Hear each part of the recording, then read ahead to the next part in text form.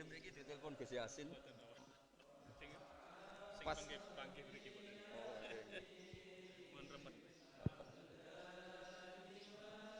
Salami Ustaz Mutamakin. Waalaikumsalam. Nggih, nggih. Lo Oh, wonten nggih, nggih. asli sekarang asli. Loh, Sekali dong gitu. alhamdulillah. Jaduk, Bro.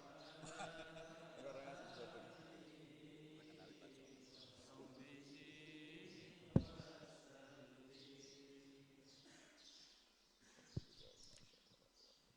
Nggih, nggih. Bismillahirrahmanirrahim. Assalamualaikum warahmatullahi wabarakatuh. Alhamdulillah wassalatu wassalamu ala Rasulillah wala haula wala quwata illa billah amma ba'du. Yang saya muliakan Kiai Haji Bahauddin Nur Salim atau yang kita kenal dengan Gus Bahak. Yang saya hormati Rektor Universitas Islam Malang, Bapak Profesor Dr. Haji Maskuri MSI. Yang saya hormati pengurus yayasan yang dalam hal ini diwakili oleh Bapak Sekretaris Yayasan Universitas Islam Malang, Bapak Haji Mustangin MBD, dan juga kepada para wakil rektor Universitas Islam Malang yang hadir pada hari ini, Wakil Rektor 1, Wakil Rektor 2, dan Wakil Rektor 3.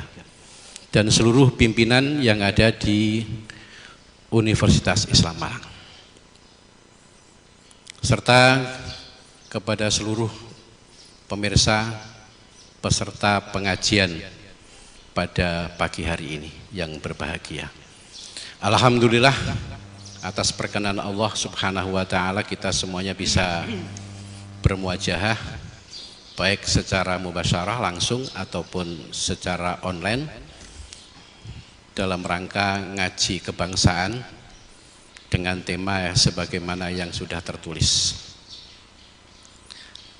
Nanti pada pengajian atau ngaji bareng ini ada beberapa acara. Setelah nanti pembukaan, nanti akan dilanjutkan dengan sambutan sekilas ya oleh Bapak Rektor. Kemudian setelah itu langsung pengajian, entah berapa jam, Menit. tergantung Gus Bahak. Kemudian di tengah pengajian apakah ada perlu tanya jawab juga tergantung Gus Bahak. Enggak ada. Nah, Akan terserah. nggih. Kalau semua nggak akan terus tidak harus nggak boleh ngatur ulama. Betul itu. Dosa itu. Dosa itu kalau kita ngatur kiai, ngatur ulama itu. Apalagi sekelasnya kita ini. Besar itu. Itu ya.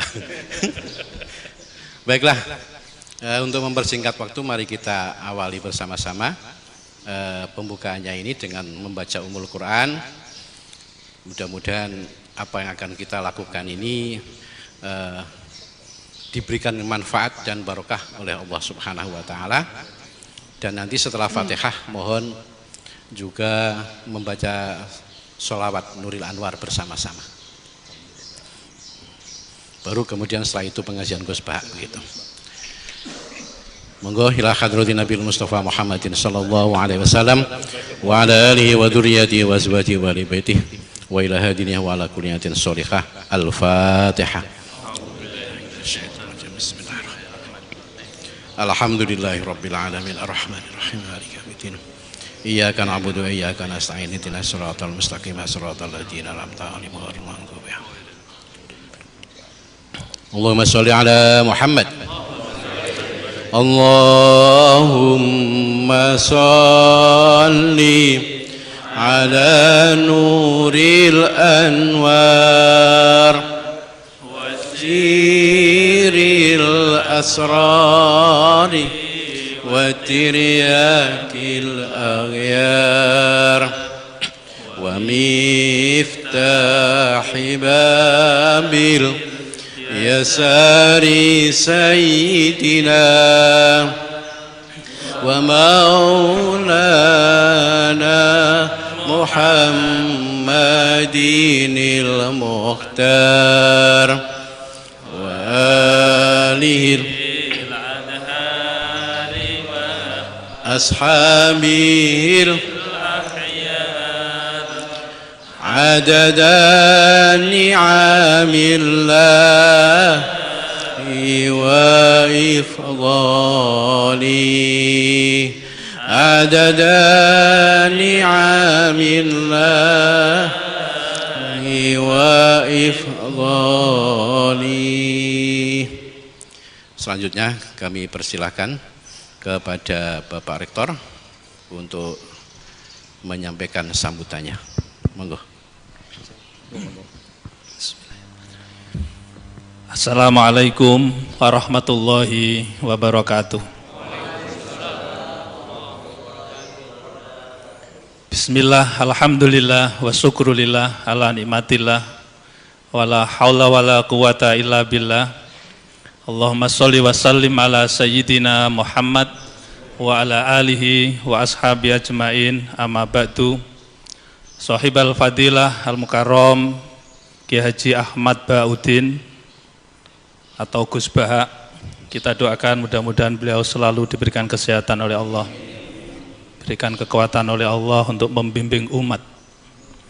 Yang saya hormati jajaran Yayasan Universitas Islam Malang, para wakil rektor, para pimpinan, dan ma'asyiral muslimin, baik yang secara langsung hadir maupun juga melalui online, yang insya Allah sama-sama dirahmati oleh Allah Subhanahu wa Ta'ala.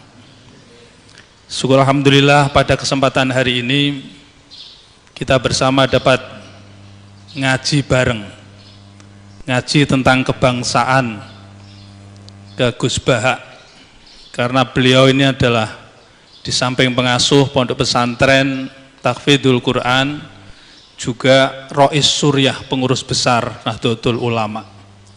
Maka dari itu tidak salah kalau Universitas Islam Malang di samping mengaji, di samping silaturahmi juga mengaji kepada guru kita, pada kiai kita, dan insya Allah sanatnya pas. Sanatnya insya Allah pas dan mutasil, kira-kira begitu. Jadi kalau Unisma ngaji ke Rois Suriah, pengurus besar Nahdlatul Ulama, ini sanatnya tepat. Jadi maka dari itu sudah lama kita ingin ngaji kepada beliau, dan alhamdulillah baru saat ini Allah memberikan kesempatan pada kita semuanya, dan mudah-mudahan kita mendapatkan manfaat dan berkah dari pengajian ini. Ma'asyiral muslimin rahimakumullah, Universitas Islam Malang dengan para santrinya pula atau para mahasiswanya pula juga sering nyantri Gus Baha ke pondok-pondok pesantren, termasuk kalau ada kunjungan-kunjungan, katakanlah ziarah ke wali atau juga mungkin pengabdian pada masyarakat, salah satu yang dituju adalah pondok pesantren, sekaligus ngaji di situ. Bukan semata-mata kita menghadirkan kiai, tetapi juga kita mendatangi kiai. Tapi suatu saat juga kita undang Gus Baha untuk datang ke Universitas Islam Malang. Ya, karena pesannya Kiai Tolkah kan datangkan para kiai ke Universitas Islam Malang.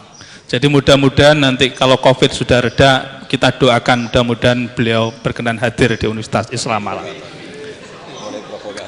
Karena ini adalah kampus NU, berarti kan miliknya Rois Suriah, pengurus besar Nahdlatul Ulama. Ma'asyiral muslimin rahimakumullah, Unisma jelas-jelas milik NU, Gus. Jelas-jelas milik NU. Karena monumennya juga Unisma dari NU untuk Indonesia dan peradaban dunia. Itu monumennya. Jadi maka dari itu kalau ingkang didhawuhaken kalian Hadratus Syekh Hasyim Asy'ari, sapa wonge sing ngurip-nguripi NU termasuk Unisma, insya Allah uripe akan berkah. Nah itu.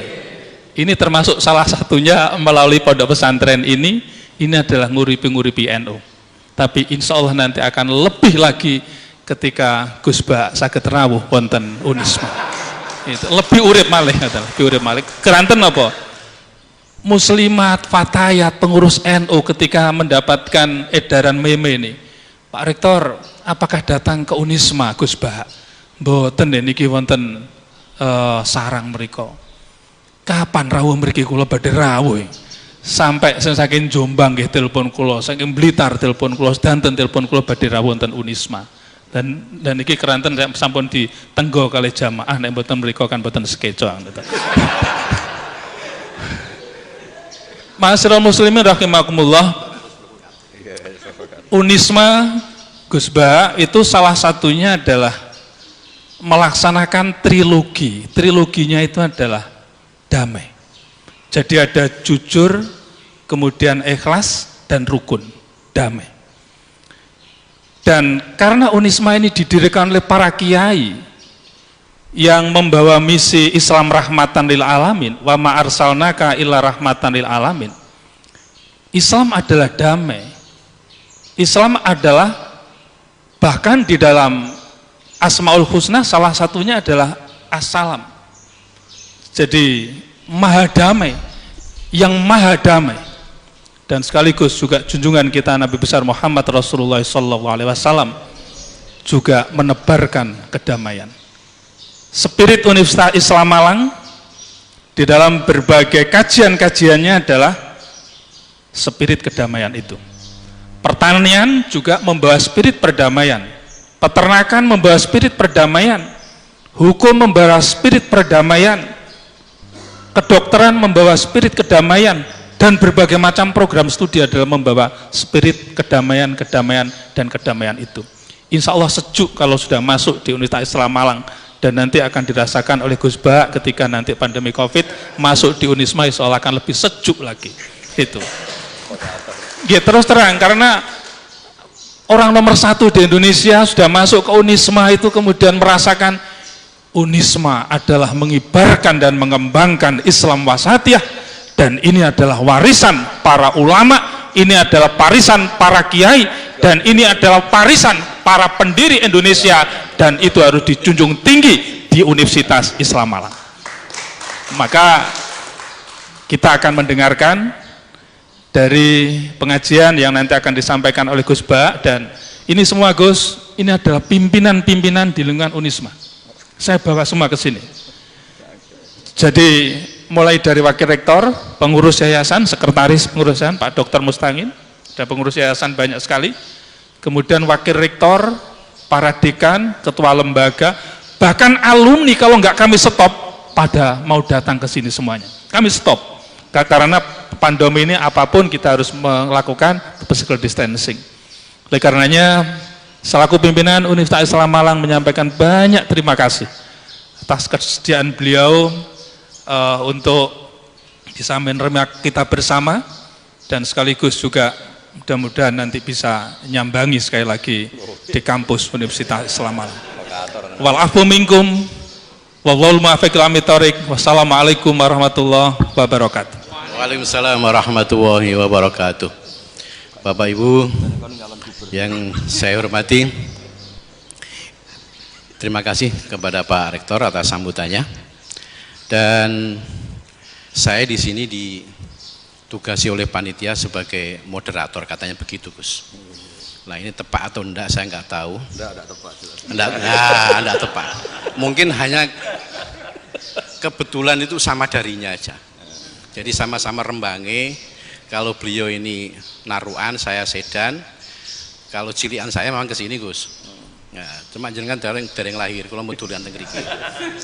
Jadi nak urusan tuwek insya Allah tuwek kula ngoten. Tapi nak urusan ilmu, pun minta ampun saya. Meskipun sama-sama sebetulnya sama-sama alumni dari Sarang, cuma beliau di Al Anwar, saya di MUS. Cuma saya sebentar, beliau yang lama kan itu. Sampai sekarang. Nah. Baik, Bapak Ibu yang saya hormati, nuwun sewu, tema yang tertulis ini juga tidak niat untuk ngatur ulama nggih Gus. Nggih. Makanya meskipun temanya seperti ini terserah nanti Gus Bahak badhe dawuh napa mboten napa-napa niku. Ya, itu. Niki kula disiki mumpung durung digojloki kula. Cuma ngeten. Sebetulnya kan perdamaian itu merupakan basic need, kebutuhan dasar setiap manusia. Lebih-lebih bagi umat Islam. Bagi umat Islam, perdamaian itu menjadi sebuah ajaran yang memang dicontohkan dan ditekankan oleh junjungan kita Nabi besar Muhammad SAW. Hanya persoalannya kalau di Indonesia ini ternyata kayaknya orang Islam itu gak paham damai gitu, Gus. Atau memang gak mau didamaikan atau begitu, Gus. Saya tidak tahu ini kenapa. Yang jelas tuduhan-tuduhan kelompok tertentu kepada komunitas muslim terbesar di Indonesia itu sangat besar, bahkan disertai dengan tuduhan yang sangat menyakitkan bahwa Indonesia yang mayoritas beragama Islam ini adalah negara tauhid. Nah, kan gitu. Belum lagi ujaran-ujaran kebencian dan lain sebagainya. Ini mungkin bagi kita dari umat muslim mayoritas di Indonesia ini tentu ya bahasa naruhan ini gregetan, nah, gregetan betul itu. Nah, ini harusnya bagaimana dan bagaimana yang harus kita lakukan gitu. Mun terserah panjenengan, kita semuanya ini siap mendengarkan, termasuk umpamanya Pak Rektor digojloki mboten napa-napa. Sing penting barokahi ngoten mawon ka. Nah, nggih. Pun ngoten mawon, monggo kula serahkan dumateng Gus Bahak seluruhnya. Monggo.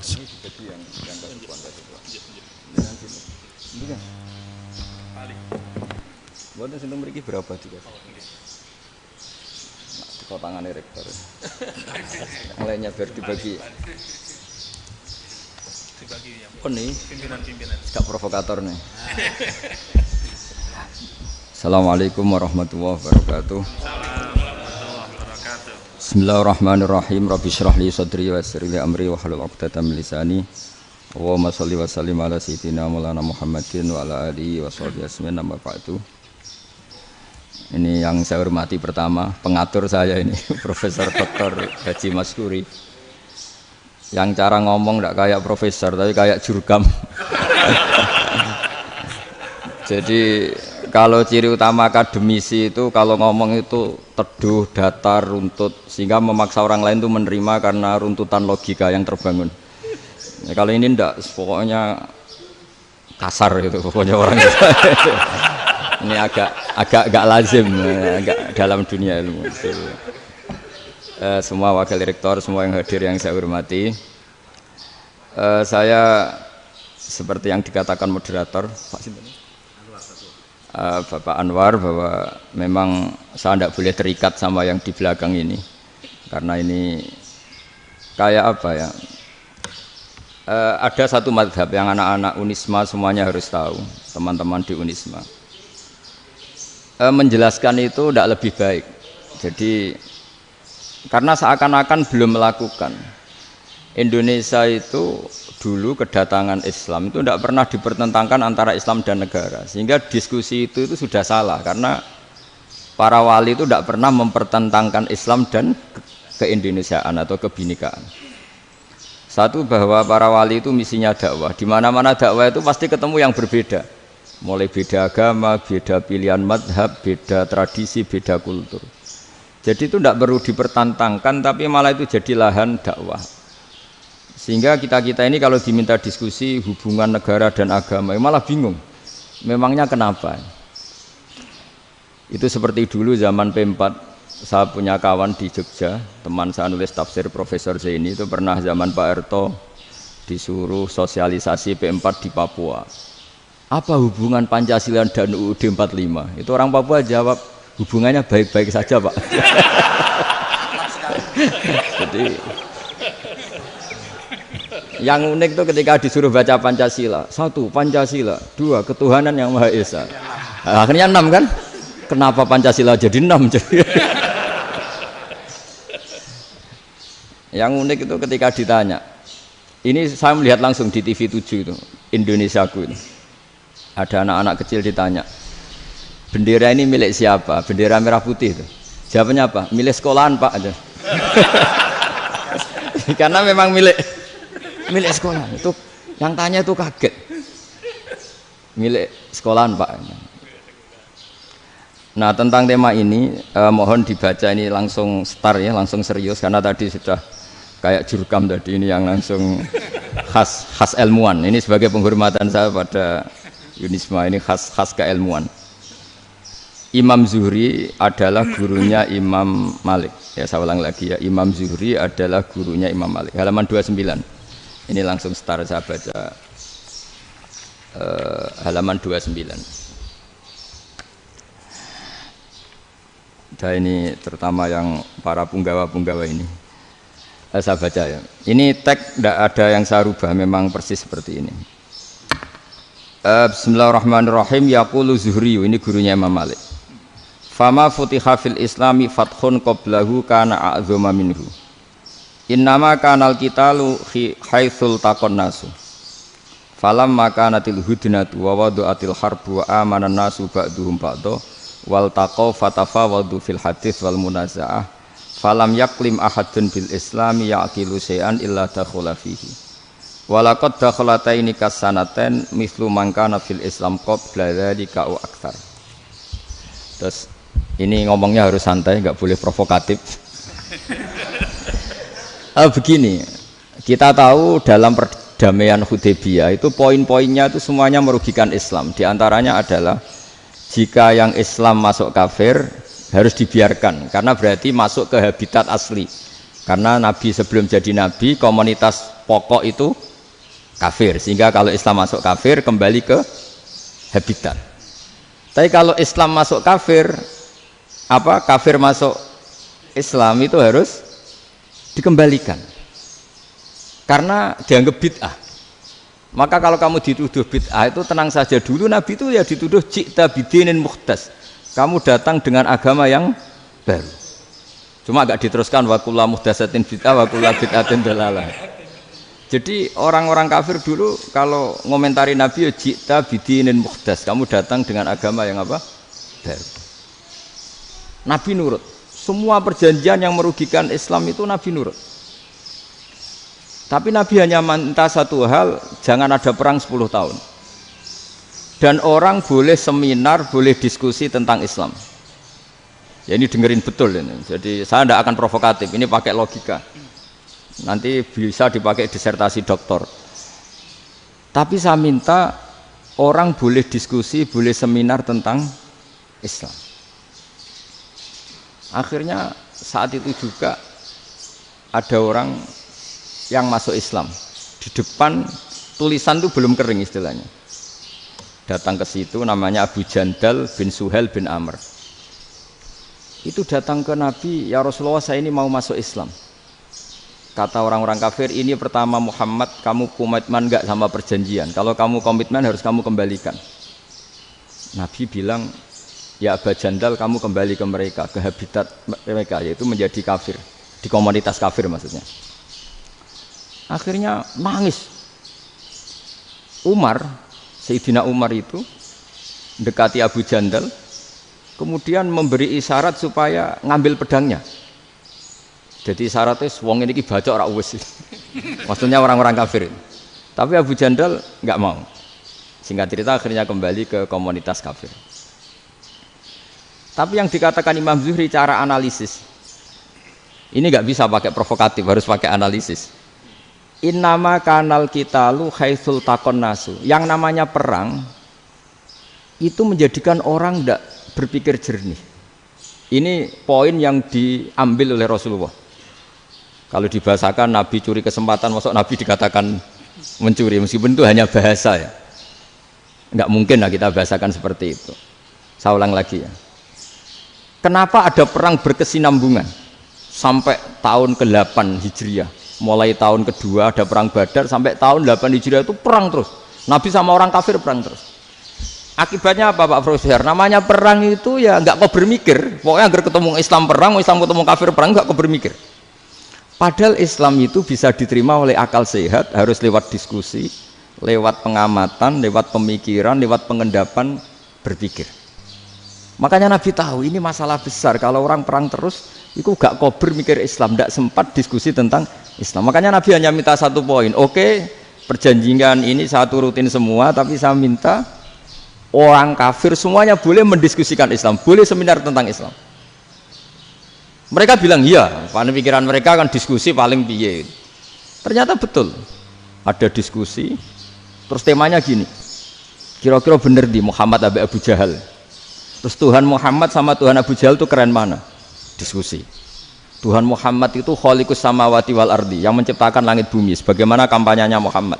Ya mereka masih jangkar bilang Muhammad. Kalau Tuhan kita, ya berhala itu yang kita bikin, yang kadang rusak, yang kadang kudanan, terus lemutan, pokoknya terus diskusi. Kita kok bener pengirannya Muhammad. Terus Muhammad Abu Jahal, mulai dhisik Muhammad itu ratau bodoh nih. Mulai dulu Muhammad itu gak pernah bohong. Abu Jahal, waduh, wis bodoh nih ngongkonan. Wis ribet kan? Dan semua diskusi itu mengarah ke kebenaran Islam. Wah, akhirnya wong kafir sing tokoh-tokoh cara Jawa yo, wah semane jebule masalah ini kan. Artinya gini, kalau kita ingin Indonesia damai, sebenarnya yang untung itu Islam.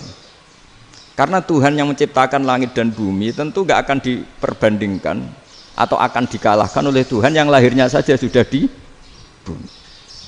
Misalnya kita menjual Tuhan Allah, siapa itu yang menciptakan langit bumi, yang ada sebelum langit bumi?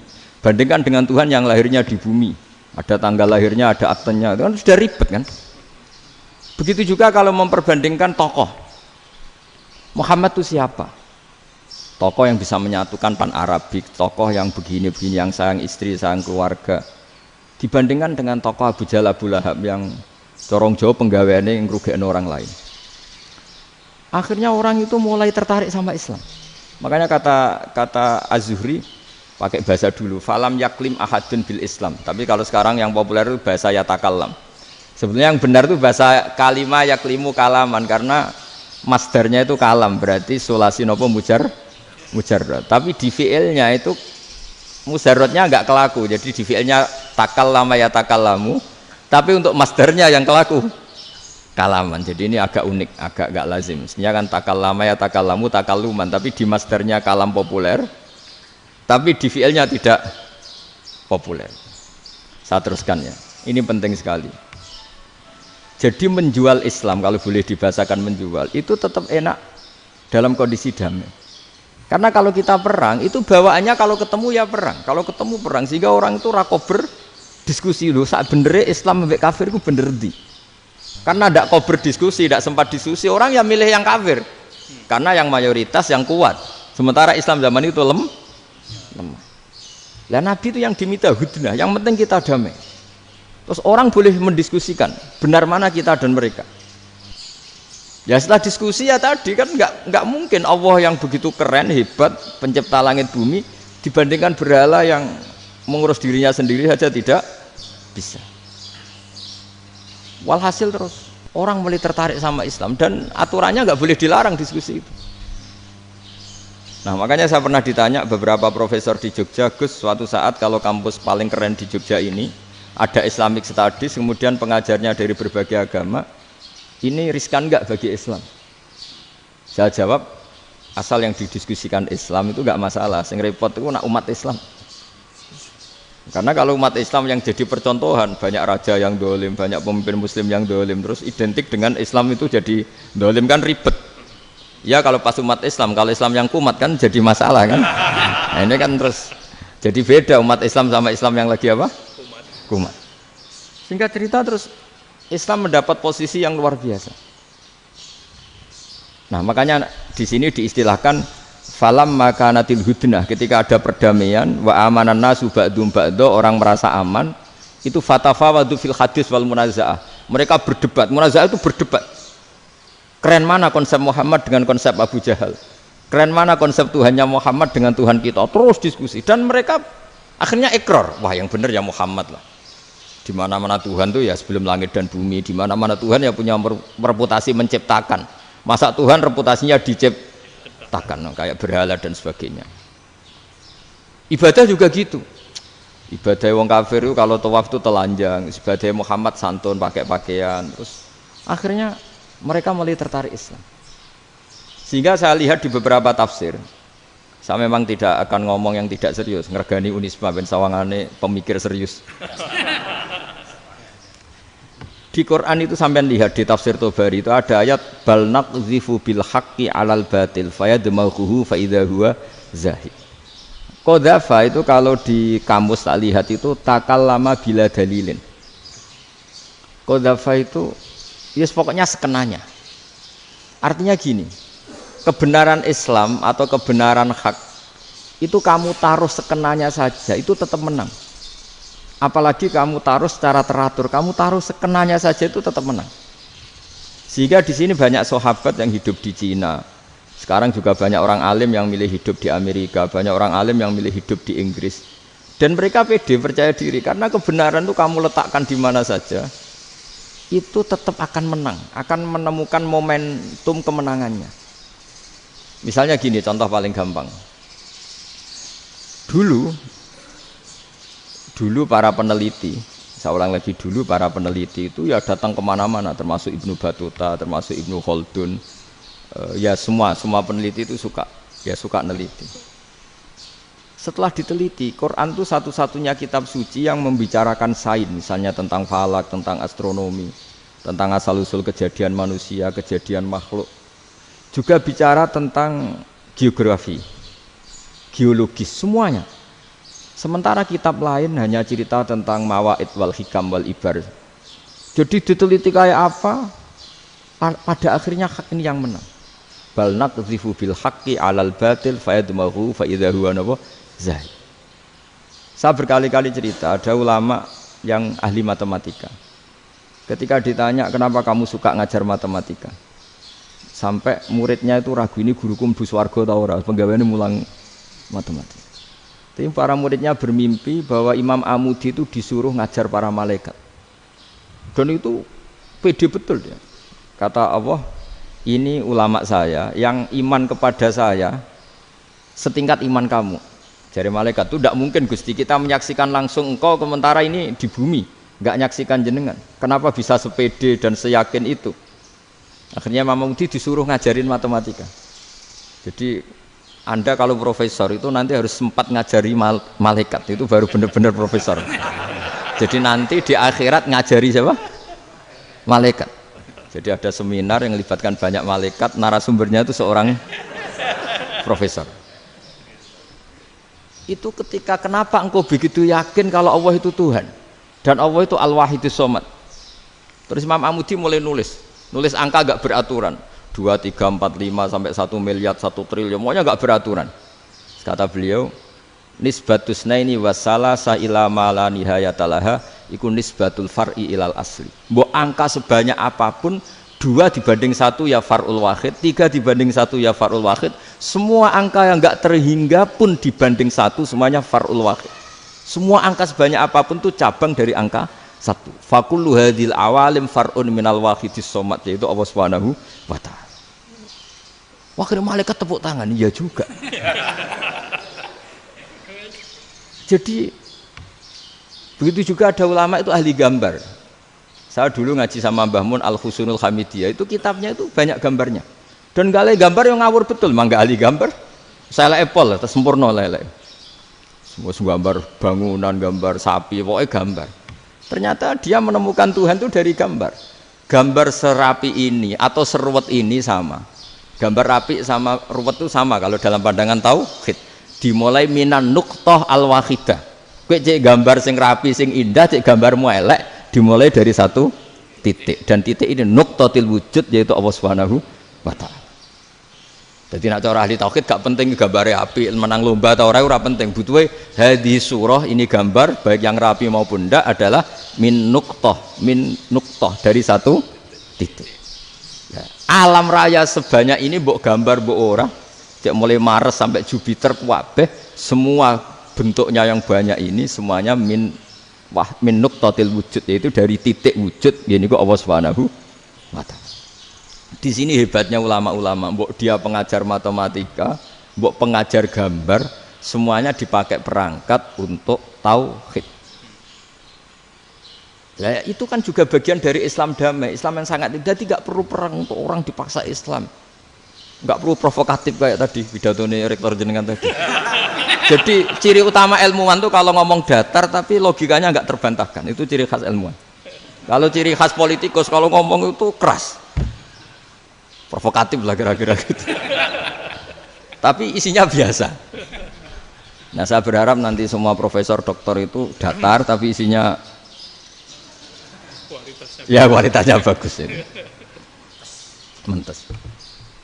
Jadi makanya terus kata ulama kenapa diistilahkan balnat zifu bil haqqi, kenapa pakai kodhafa sementara kodhafa maknanya takallama bila dalil. Maksudnya bila dalil di sini itu min ghairi ikhtiyajin ila dalilin, kebenaran itu memang nggak butuh dalil. Apa kita perlu dalilnya apa, buktinya apa? Kalau 3 itu cabang dari 1, wong gendeng yakin yang takut gitu pas orang gendeng. Wong 3 cabang dari 1 kok ditanyakan buktinya apa? Itu min awalil bidahah. Pertama orang pasti tahu kalau 3 itu far'ul wahid, 1 juta juga far'ul wahid, 1 miliar juga far'ul. Gambar yang sebanyak apapun ya dimulai dari 1 titik, cek gambar bener maupun yang tidak. Akhirnya apa? Ulama dulu itu sebegitu rileks nerangkan tauhid. Lalu kenapa asma ini yang ya ini kan khas NU ya, khas pesantren. Sebenarnya saya keberatan pakai istilah khas NU, pakai khas pesantren karena NU itu anaknya pesantren, jangan dibalik pesantren anaknya NU karena sebelum ada NU itu ada pesantren. Tapi kayaknya Unisma lebih suka pakai bahasa NU dan saya ya agak-agak orderan yang terpaksa disuruh ngomong. Ini agak apa ya, agak kacau sebetulnya ini agak kacau. Jadi NU itu sama pesantren itu tua pesantren. Jadi NU dilahirkan pesantren, bukan dibalik pesantren dilahirkan NU. Sehingga barokahnya didirikan pesantren ini, kadang nyuwun sewu sekali berbahasim itu kadang ide besar beliau itu ora dituruti wong NU. Jadi Mbah Hasim cara kula kok dadi Mbah Hasim ya mangkel. Mbah Hasim itu ngarangno kentong. Nggih ngaramno beduk, tapi wong NU nganggo kentong. Beduk. Dan uniknya Mbah Hasim enggak tersinggung. Karena ciri khas pesantren itu membolehkan perbedaan apa? Pendapat. Itu masyhur khilafnya Mbah Hasim sama Mbah Fakih Mas Kumambang itu sampai dikitabkan.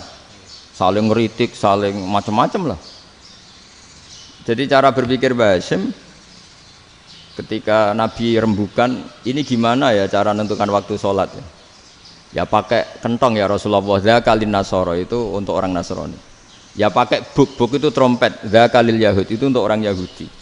Terus, ada yang lagi pakai api ya Rasulullah, dzakalil Majusi itu orang Majusi. Setelah itu ada orang datang lari-lari cerita mimpi azan tadi. Ya itu terus dipakai sarana pemanggilan sholat ya azan itu. Sehingga Mbah Hasim menolak kentong. Karena mantas sababi qaumin fahuwa minni. Beliau keras sekali sampai bilang haram. Beliau judulnya ya haram, al-jasus antakhrimin nakus. Setelah naskah itu sampai ke Mbah Fakih Mas Kumambang di Gresik situ, di daerah Dukun situ. Dulu nggak ada WA ya, jadi sampainya ya lama. Makanya saya sampai sekarang nggak punya WA karena ya saya ulama kan, kalau WA-an terus ya jadi ulama. Nggak jadi ulama main WA-an terus itu. Lah itu termasuk rektor gak kau bermikir itu mesti kebanyakan WA. Karena kan otaknya didikte oleh sesuatu yang masuk. Sesuatu yang dilihat itu kan pasti mendikte kita. Beda kalau yang enggak WA-an kan mikir apa kita yang menentukan. Kalau WA-an kan kita ditentukan. Mau mikir anaknya butuh apa gara-gara WA informasi Jakarta mikir Jakarta. Padahal secara kewajiban ngapain kamu orang Malang mikir Jakarta? Gara-gara WA, mikir Jakarta belum selesai ada berita di Sulawesi, mikir Sulawesi, habis itu mikir NTT. Makanya semua orang sekarang merasa tokoh nasional gara-gara informasi yang masuk itu nasional. Jadi masih RT yang mikir gimana Gus Indonesia kok. Padahal RT loh. Sampai lupa kalau dia itu RT. Jadi semua orang sekarang merasa tokoh nasional. Dan itu gara-gara apa coba? Akhirnya semua orang juga punya ide tentang nasional. Harusnya negara itu gini-gini. Jebule wonge sing duwe ikon iku sapa? RT. Ribet kan? Saya teruskan, setelah naskah itu sampai ke Kiai Fakih Mas Kumambang, beliau itu marah besar. Ini harus dilawan, dan saya bukan karena benci Mbah Hasyim. Beliau teman saya ketika ngaji Kiai Mahfud di Mekah. Jadi Mbah Fakih dan Kiai Hasyim itu teman ketika ngaji di Mekah. Secara ngelawan tuh lucu, gak ilmiah, tapi gak ilmiah wong alim tetap ilmiah. Di mana-mana serupa itu tidak sama. Ya kalau mungkin zaman Nabi di Madinah itu, zaman itu kentong itu identik dengan milik Nasrani. Di Indonesia beda. Pos kampling ya kentong, kebakaran ya kentong, wae sarapan orang di LP ya pakai kentong. Jadi tidak ada jaminan kalau kentongan itu identik dengan Nasrani. Lalu haramnya di mana? Yang di mana-mana tasabuh itu identik. Ini tidak identik. Mulai masalah kan? Mulai masalah. Jadi beliau gaya judul Hazruus. Hazruus itu kepala bergeleng-geleng. Sekarangan kok ngene. Jadi sekarangan kok provokatif gitu. Nah. Dan itu Mbah Hasyim ya hormat Mbah Fakih hormat Mbah Hasyim. Saya sendiri secara pribadi itu lebih suka pendapat Mbah Hasyim sebetulnya. Karena bagi saya sholat itu sakral, ya sudahlah kalau sakral ya dipanggil dengan sesuatu yang sakral yaitu kalimat thayyibah adzan. Tapi saya tidak akan bilang kalau kentongan itu haram. Karena kalau haram alasannya mirip orang Nasrani, sementara pos kampling ya pakai kentong, ada banjir ya kentong, ada kebakaran ya kentong. Jadi tidak identik untuk misa atau untuk sholat ala Nasrani. Tapi itu dulu ya rileks saja, dua beliau itu ya saling menghormati padahal saling kritik. Dan dulu ulama yang beda madhab itu ya saling menghormati. Imam Syafi'i itu kalau sholat di kawasan Masjid Abi Hanifah ya tidak kunut. Ketika ditanya kenapa kamu tidak kunut sementara engkau berpendapat kunut itu sunat, ikroman di hadal madhab, saya sangat menghormati madhab. Imam Ahmad bin Hanbal itu berpendapat kalau orang pakai bekam, pakai iftisot atau hijamah itu batal sholatnya. Sementara Imam Syafi'i mengatakan tidak batal apa sholatnya atau wudunya tidak batal. Tapi Imam Ahmad itu ditanya, apa kamu makmum Syafi'i? Bagaimana mungkin saya tidak makmum sama wali kutub seperti Imam Syafi'i? Padahal menurut keyakinan Imam Ahmad ini sholatnya batal. Ini habis ikhtijam udah wudu. Tapi tetap saja beliau karena perbedaan pendapat di furu' itu lazim.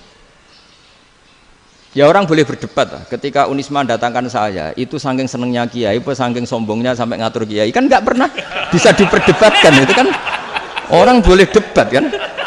Itu saking angkuhnya apa saking senengnya kan nggak jelas kan?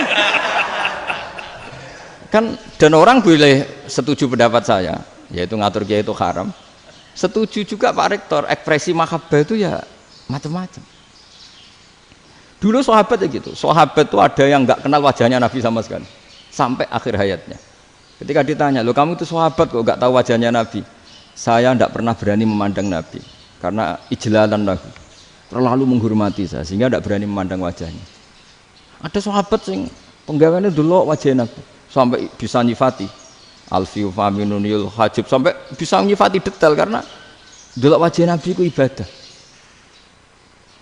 Ada seorang wali ditanya, kalau kamu di surga ingin nggak melihat Allah? Enggak. Loh, tapi semua orang ingin melihat Allah. Unazzihu dzalikal jamal an-nadzari misli. Ben gak elek-elek Allah tak delok terima aku. Wong ra jelas. Penting kok delok pengiran. Banyak. Jadi justru tapi karena saking takzimnya. Enggak lah, mosok sak aku kok. Makanya saya berkali-kali cerita. Menurut kesepakatan ulama, soft awal itu paling baik. Tapi banyak juga wali yang kalau sholat itu di belakang. Koyok paling bener yang kok ngarep gitu. Lu bayangkan misalnya kamu semangat di soft awal di Masjid Haram, jebule sholatnya salah.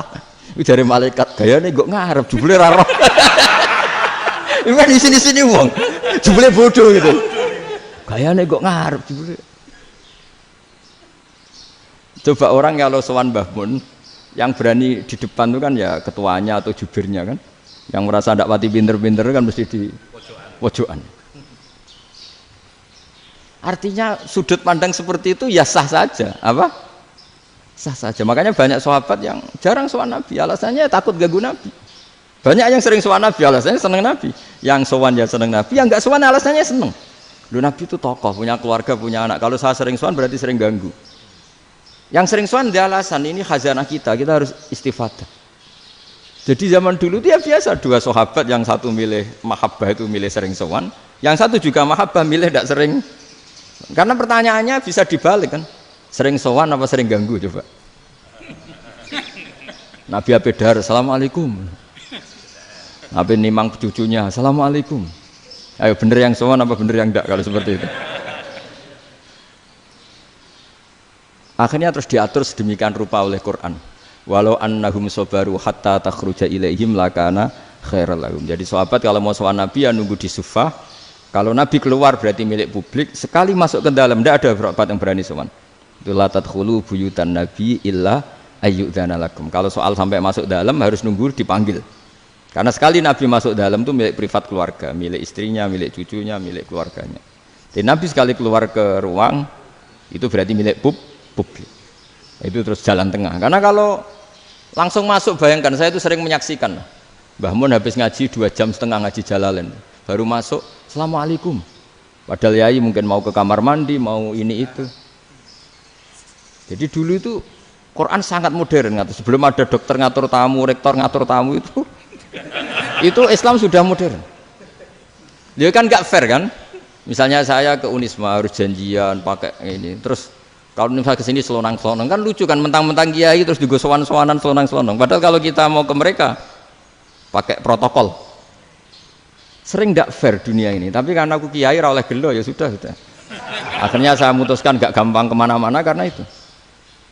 Saya sering didatangi ajudannya menteri, Gus mau ada tamu dari Jakarta tanggal ini. Mesti saya bilang, mereka milih tanggal yang mereka kosong. Kok tidak mikir apa pas itu kosong? Tak jawab enggak lah, sebelum diatur bahasanya dan tawaduknya gitu. Akhirnya dibalik, datang lagi, Gus jam jenengan kosong apa kita menyesuaikan. Lah itu lagi di akhlak kata saya. Itu baru punya akhlak kata saya. Bukan masalah ini, bukan masalah gengsi ya. Saya sendiri itu dolan ke alumni itu jarang, karena ya takut. Kiai kan yang nganggur, jam 9 nganggur, jam 10 nganggur. Bisa saja alumni itu kerja di pabrik, bisa saja yang latihan ekonomi di pasar. Jika kalau saya datang jam 9, iki kiai sing nilai santri ini, apa kiai sing ganggu santri. Nah karena orang ini melakukan rutin, gak kok berpikir, pokoknya ngono jenenge silaturahim. Mau nyerah kok berpikir, padahal kalau diangen-angen, ini kiai yang nilai santri ini, apa kiai yang ganggu santri ini karena datang di jam kerja. Nah, bayangkan kalau kebenaran dulu itu dikawal oleh satu peradaban perang. Jadi Nabi sesuai diangen-angen Nabi. Perang Badar menang Nabi, perang Uhud menang wong kafir, perang ini gonta-ganti. Apapun itu yang penting satu kesimpulannya, cara Rasulullah kesimpulannya satu. Orang tidak kober mikir kebenaran secara mengendapkan pikiran dengan pikiran jernih. Maka hebatnya Nabi ketika perjanjian, pokoknya saya minta nggak ada perang. Dan orang boleh mendiskusikan Islam. Itu luar biasa idenya Nabi. Karena bawaan perang itu orang kan nggak kok bermikir. Ibarat seorang misalnya senang satu perempuan, ketemu rivalnya langsung perang kan nggak mikir. Tapi kalau kau bermikir, dia ngenangen cawe wedok itu rasa seneng aku. Untungnya apa untuk uang ayu rasa seneng, malah mau loro hati. Terus sudahlah, buruan dialihkan kemana kan gitu. Itu nak mau amen WA-an tukaran lewat SMS atau tarung langsung, ora kau bermikir. Tapi kalau kau bermikir, akhirnya berpikirnya. Perempuan tadi sebenarnya yang disenangi siapa? Oke, ternyata senang Pak Rektor. Sudah kita ngalah. Karena tidak ada nikmatnya kan menikahi perempuan yang sama sekali tidak mencintai kita. Tapi kalau nak kau berpikir pokoknya diprovokasi, wah kue kalah mbek A, kue kalah mbek B. Pikirannya kan ojo sampai kalah. Bareng wis menang ternyata ada mas. Lah. Nah, bayangkan Islam itu seperti itu dulu, dipertarungkan. Wong Islam itu dinu aklin. Agama yang diterima dengan akal sehat, tapi sekarang ukurannya perang. Yang menang berarti benar, yang menang benar. Kan terus jadi repot. Itu Nabi tidak ingin, makanya Nabi ingin sudahlah, nggak ada perang. Nah, makanya kata Imam Zuhri, fathul Islam terbaik adalah orang boleh diskusi tentang Islam dan tidak ada perang. Lagi-lagi penting, tidak perang itu penting, silmun itu penting, perdamaian itu. Setelah tidak ada perang, akhirnya fatafawadu fil hadis wal munazah, orang boleh diskusi apa saja, termasuk boleh adu polemik. Konsep satu Tuhan dan Tuhan banyak diperdebatkan. Akhirnya Nabi secara rileks bisa menjelaskan. Muhammad, urusan kita banyak. Kalau Tuhannya satu tidak cukup, Mat. Tuhan harus banyak untuk menyelesaikan berbagai urusan. Ada Tuhan bagi rektorat, bagi ya, macam-macam kan. Ada Tuhan untuk ngurusi utang, ngurusi BPKB, macam-macam. Terus kata Rasulullah, enak saja Nabi jawabnya. Ya kalau kamu punya majikan banyak, perintahnya beda-beda, kamu mangkel enggak, bingung enggak? Ya susah, Mat. Kalau majikannya banyak, perintahnya beda-beda, kita jadi repot. Senang mana? Senang majikan satu.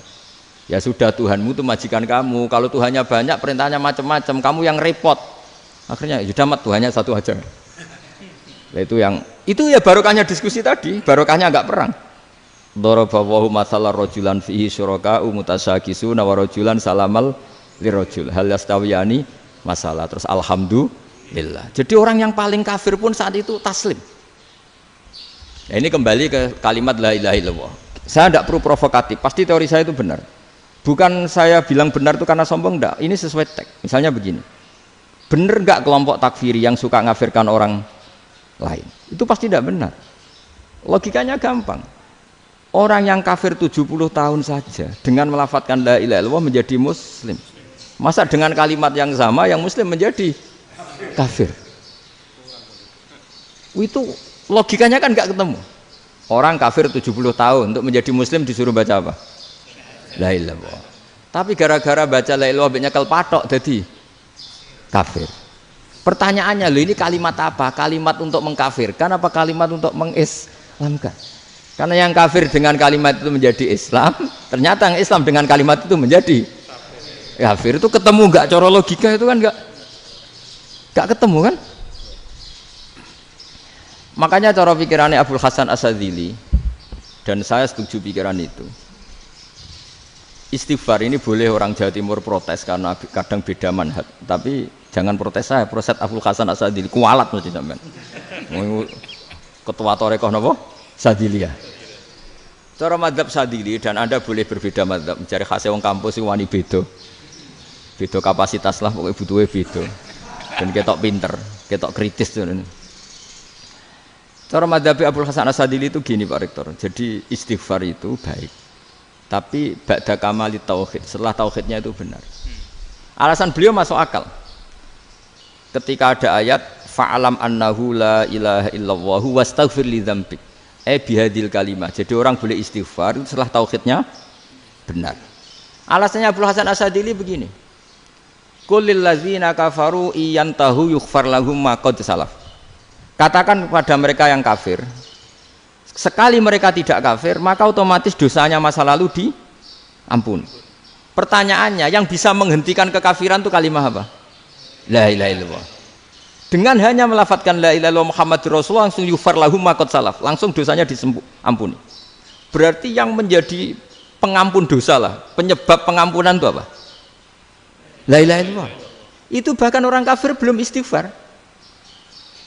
Di ayat itu kan Allah enggak mensyaratkan setelah la ilaha illallah istighfar baru diampuni, enggak. Asal la ilaha illallah langsung yughfar lahum ma qad salaf. Saya ulang lagi ya, jelas ya. Jadi qul lil ladzina kafaru iyantahu yughfar lahum ma qad. Nah, sekarang iyantahu, mereka berhenti dari kafirnya. Syaratnya pakai apa? La ilaha illallah Muhammadur, itu langsung yughfar lahum ma qad. Artinya apa? Ghufranullah itu bisa didapat hanya dengan mujarrodut tauhid, yaitu hanya dengan melafadzkan kalimah thayyibah. Dan sahnya istighfar juga berdasar kalimah thayyibah itu. Misalnya gini, orang kafir sebelum Islam melafadzkan astaghfirullah, astaghfirullah, astaghfirullah, kira-kira diterima enggak? Enggak kan? Karena syaratnya istighfar ba'dat tauhid. Nah, makanya dalam madzhab Sadzili istighfar itu setelah la ilaha illallah. Karena cara pandang ya seperti itu. Jadi fa'alam annahu la ilaha illallah wastaghfir li dzambi. Jadi dengan kebenaran tauhid saja ini sudah cukup kita insya Allah layak diampuni.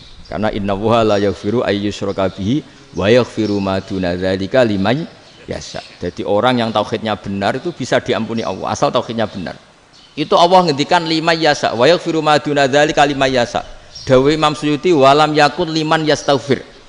Jadi orang yang bertauhid secara benar meskipun gak sempat istighfar itu tetap potensi diampuni. Karena bawaan tauhid itu sudah menjadi layak ampuni. Kayak orang kafir sekali ngelafatkan kalimat tauhid, mbok gak istighfar langsung diampuni. Nah, karena melihat seperti itu terus orang berlomba-lomba memperbanyak jumlah ngelafatkan la ilaha illallah. Jadi kita yang alim, kita semua, saya tidak bilang saya, kita termasuk yang di pinggir-pinggir saya ngaku alim ora masalah lah soalnya. Kita semua yang alim-alim itu tahu bahwa la ilaha illallah itu super. Sudah bawaannya tauhid, juga punya kelayakan Nah, kemudian nasib kita agak sial. Malah kalimah ini dituduh bid'ah, dituduh khurafat. Mergo Nabi enggak pernah tahlilan, Nabi enggak pernah. Nabi enggak pernah tahlilan, kalau diartikan Nabi ora tau maca la ilaha illallah, enak gak kalimah itu.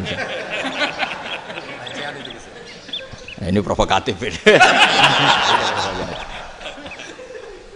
Jadi ini sudahlah keanehan-keanehan ini kita terima karena ciri utama wali, ciri utama ulama itu wa'udhu fisabili, harus pernah disakiti. Jadi kalau Unisma sakit kalau dituduh apa? Dituduh bid'ah itu berarti belum calon ulama. Calon ulama itu wa'udhu fisabili, harus disakiti. Jadi kalau kamu disalahpahami itu ya harus santai. Provokatif tadi. Iya, termasuk provokatif tadi. Termasuk diatur tadi itu. Jadi kalau cara berpikir kan, karena mereka itu memang kalau kita turutin itu memenya itu terlalu, kadang menghujat kita itu enak ya jadi KNO, ada orang mati datang, kiainya dapat makan, dapat rokok, terus pulang. Jadi apa? Terus kita kayak tersangka terus. Kita kan kayak tersangka terus. Tertuduh terus itu. Terus yang orang NU ya memenya juga nggak kalah ekstrimnya. Boleh ya ajaran orang nggak boleh ngasih kiai gitu. Berarti boleh dong ajaran kikir. Jadi memang kadang apa ya, cangkem elek lah bahasa kasarnya itu. Itu memang kadang lebih mengenakan kalau kita datang ke acara mayat kan dapat makan, dapat minum. Kalau yang sohibul bed rokok ya dapat rokok. Kalau kiainya dapat wajib, kadang 20.000, kadang 50.000. Terus memenya itu kok setega itu ya, ada orang meninggal kok malah kita makan-makan. Seakan-akan kan kultur ini biadab kan gitu. Tapi yang orang NU kebalikan bales. Oh ternyata nggak boleh ya mayat disodakoi. Ternyata nggak boleh ya orang dermawan.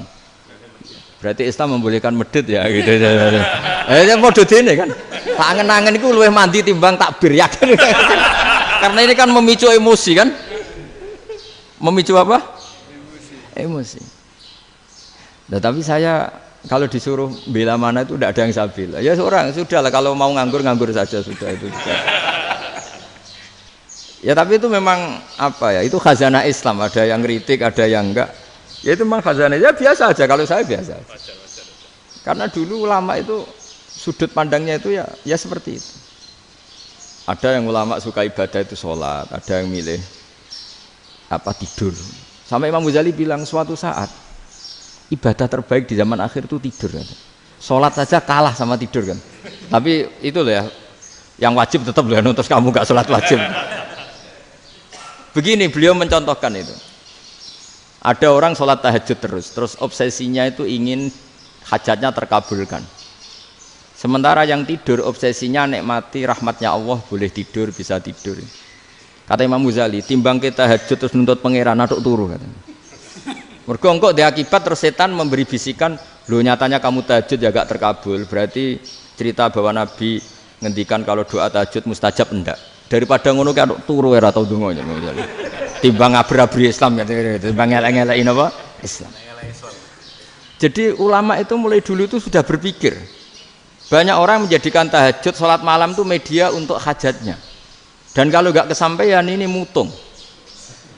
Nyalahkan kiainya ijazah ramandi macam daripada ngono ora usah apa tahajud turu.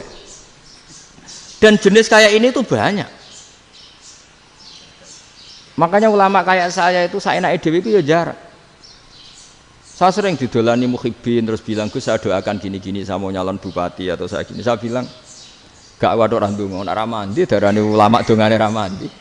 Nak mandi kamu jadi bupati tetap nganggep karena beli. Sopo sing ora roh bupati saiki gak beli. Ribet kan? Ketika mereka jadi ngunsurkan doa kamu apa karena kemarin beli. Yang beli maksudnya, nggak beli nggak usah tersinggung. Jadi ribet ngadepin. Nggak, artinya gini loh, doa itu jangan dipakai begitu loh. Kalau minta nasihat, tak nasihati jadi bupati yang baik, gubernur yang. Kalau minta doa itu resikonya. Akhirnya kiai kalau diminta doa ya doa, sebenarnya diisinya itu nggak doa kemenangan. Itu nggak selamat gitu. Karena ribet. Makanya Islam itu doa itu setelah iman. Aturan iman benar baru doa. Aturan iman benar termasuk Allah itu yaf'alu ma yasha, boleh melakukan yang dikehendaki. Allah enggak boleh terdikte oleh doa kita, enggak boleh. Ya saya ulang lagi ya, mazhab Hasan Asyadzili ini khas kita. Jadi la ilaha illallah itu didahulukan sebelum istighfar. Tapi kebalikannya mazhab Imam Sanusi itu dibalik. La ilaha illallah itu kalimat yang sakral.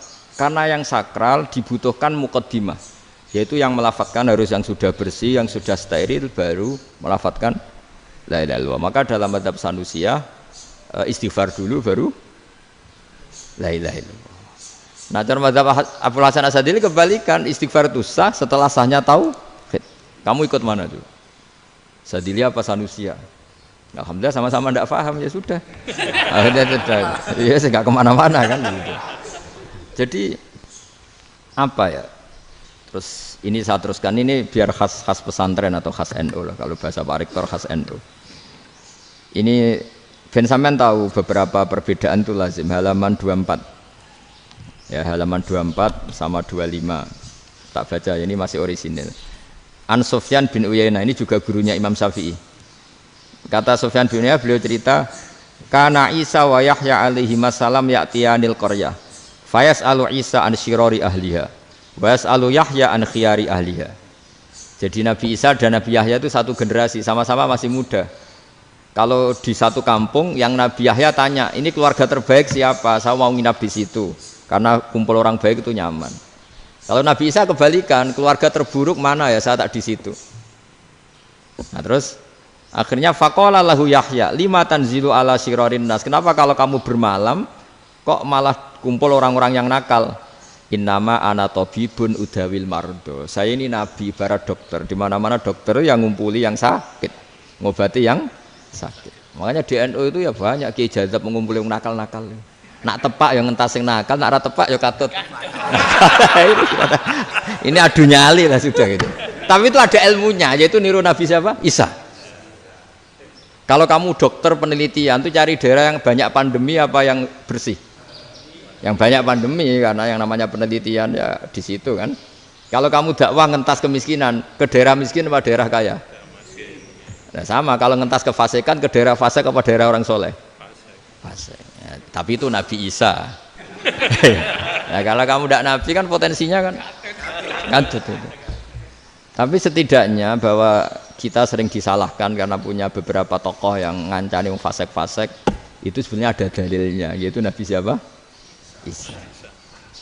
Nah terus masalah tegas dan lunak. Ketika ada mahasiswa misalnya pacaran, boncengan lanang dan perempuan, itu pilihan kita apa? Kalau tegas, terus gak mau mendengar kita. Misalnya gini, contoh gampang, tak beri contoh Pak D. Jangan orang tua, nanti secara fikih itu beda. Nah ini kan kita orang pesantren, nah, biasa ngaji fikih detail. Kamu Pak D seorang perempuan, mahasiswi misalnya, sering pacaran. Setiap ke situ sama pacarnya kamu diam saja. Padahal kamu dosen keislaman. Mesti pawanaan kamu nyimpulkan, ternyata pacaran itu tidak apa-apa. Buktinya Pak D itu tidak negur, menengahi. Ini berarti as-sukut alal mungkar. Tapi kebalikannya, Pak D ini terkenal keras. Nak rono mesti ra diaku ponaan. Akhirnya ya ora rono. Mesti ngerti nak mesti diamuk. Nah, dua orang ini sama-sama gagal kan? Yang lunak menjadikan ponaannya pacaran terus karena enggak negur sehingga dikira membolehkan. Sing keras juga enggak sempat bina wong rono era wani. Akhirnya dua orang ini sama-sama enggak ketemu, sama-sama enggak berkesempatan membina kan? Gagal membina kan? Karena yang keras ponaannya enggak pernah situ, berarti enggak bisa bina kan? Yang lunak membiarkan berarti juga ada bina. Nah, Islam itu antara dua itu. Ya agak terlalu lunak, enggak terlalu keras. Karena kalau terlalu keras, misalnya ada kiai terlalu keras, lu masyarakat mau tanya itu gimana? Lari kan? Loh, saya ini punya pengalaman pribadi. Saya ini kan kecelok orang alim. Itu kalau pernah ya saya itu berusaha ya pokoknya ya umumnya orang alim lah. Tenang, terus anteng, enggak gejlok-gejlokan. Itu enggak ada yang tanya. Saya mimpi ketemu beberapa ulama itu disalahkan. Terus umat saya kalau mau tanya itu ke siapa? Wong alim wis wibawa, meneng tambah banget wibawane. Bala Quran sering gojlok rektor macam-macam. Terus wong wanita kok, saya biasa ke pasar pandangan dicegot orang. Gus, putri saya itu sering keluar darah tapi melebihi batas haid gini-gini. Kalau badhe sowan jenengan, gak usah sowan ning kene mbek ngadeg-ngadegan. Terus tanya, yang haid berapa hari, Gus? Ya supaya rudat ilal adat. Adat sebelum dia punya penyakit istihadah itu berapa? 6 hari ya sudah, kembali 6 hari lainnya mustahadah, tetap sholat, tetap normal.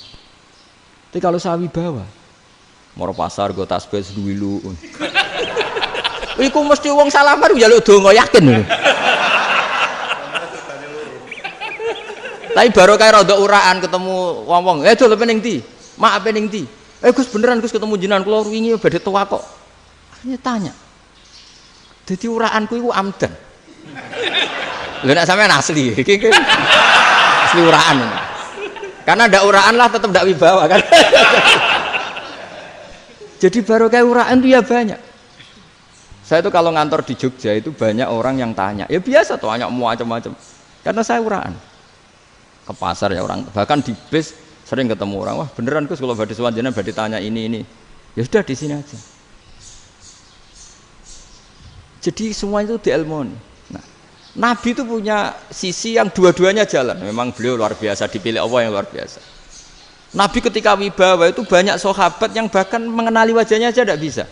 Ka'anna ala ru'usihim at-thair. Bayangannya seakan-akan di kepalanya itu ada burung yang takut terbang, saking antengnya. Tapi Nabi sekali mengeluarkan job, sekali santai, itu sahabat tanya itu sampai yang nggak pantas ditanyakan. Nabi saat tadi kumpul istri saya, tapi tidak inzal, itu wajib mandi ndak. Aro'aita law anna ahadana ya'ti imro'atahu walam yunzil. Itu ya ditanyakan. Nabi mun kumpul itu betul saged inzal sepundi. Guys, betul lagi. Terus ya ada yang tanya macam-macam. Ya saking ada sahabat dipanggil Nabi tambah lari, dipanggil lagi tambah lari. Pas jenengan nyeluk, oh pas kula kumpul bojo kula. Lah kula kuwatir jenengan orang suci, saya belum mandi, makanya saya lari. Terus Nabi ngendikan innamal mukmin thahir, ya nak masalah ketemu kiai ra apa-apa ijek junub. Sementing kok nak salat ya adus sik. Tapi Nabi sekali pakai madzahirul jalal, tapi pakai wibawanya, itu orang enggak berani ngomong. Tapi sekali Nabi rileks, itu orang bisa tanya apa saja, termasuk halal yang enggak pantas. Ada sahabat itu tanya lucu, tanya Maimunah. Maimunah itu ya cantik tapi sudah agak tua lah. Maimunah, ya umal mukminin, hukumnya ngambung bojo pas Ramadan piye?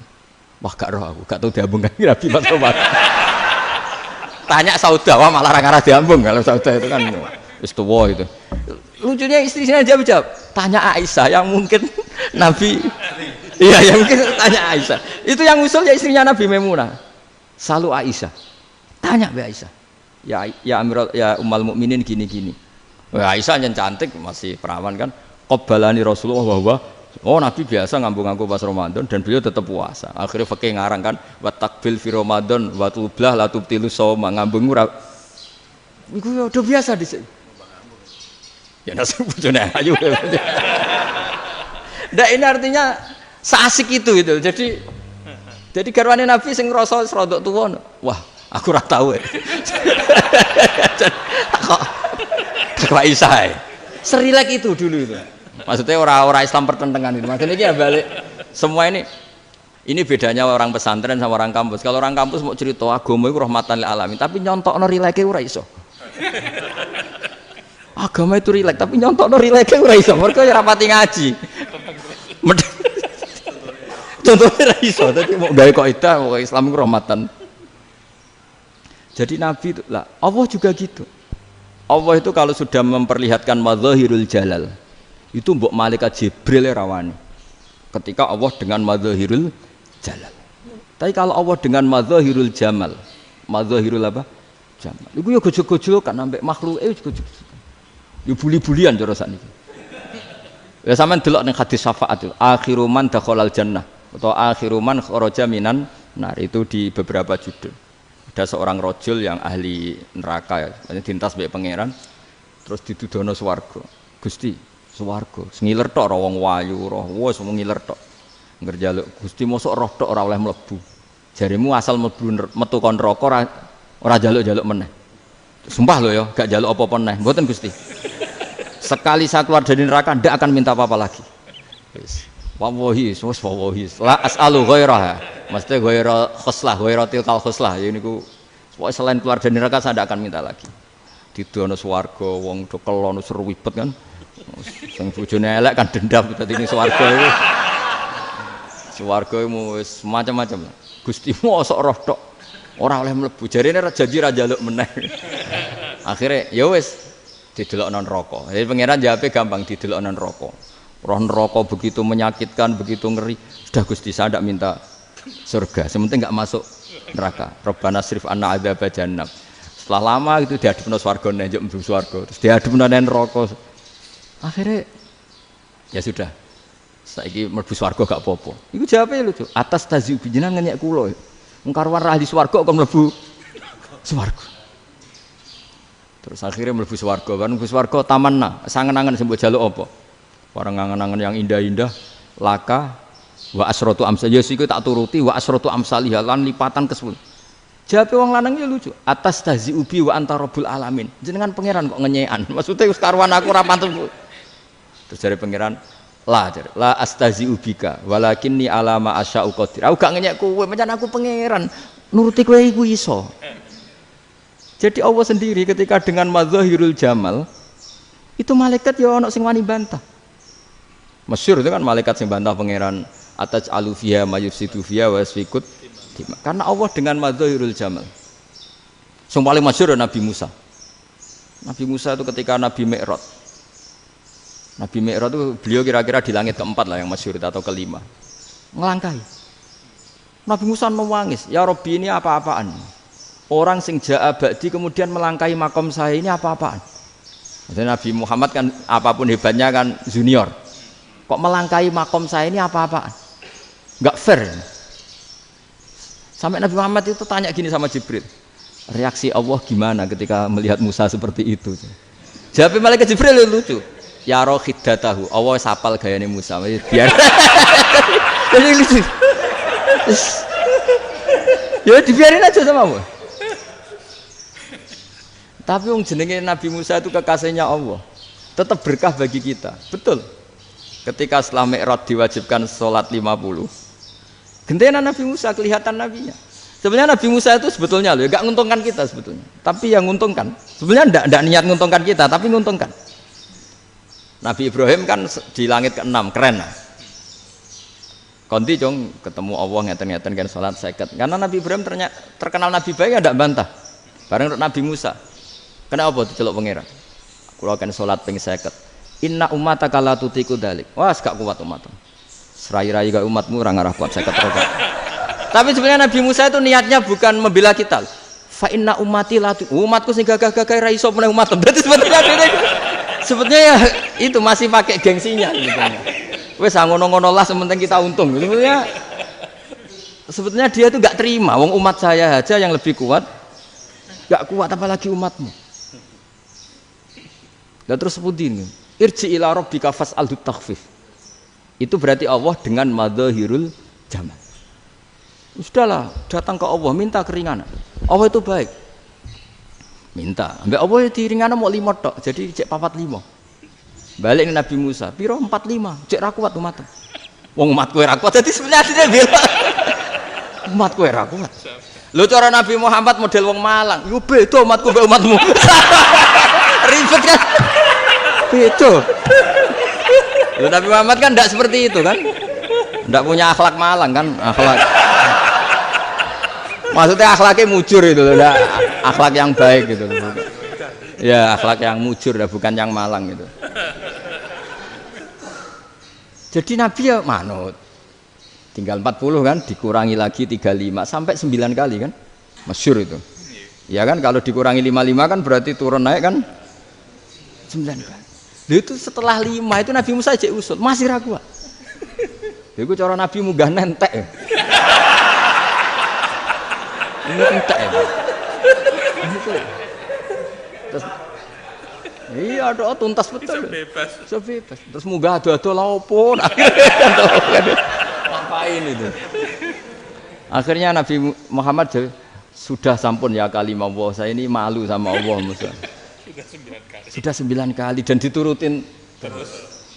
Jadi Allah kalau dengan madzahirul jamal itu Nabi Musa biasa nego sama Allah.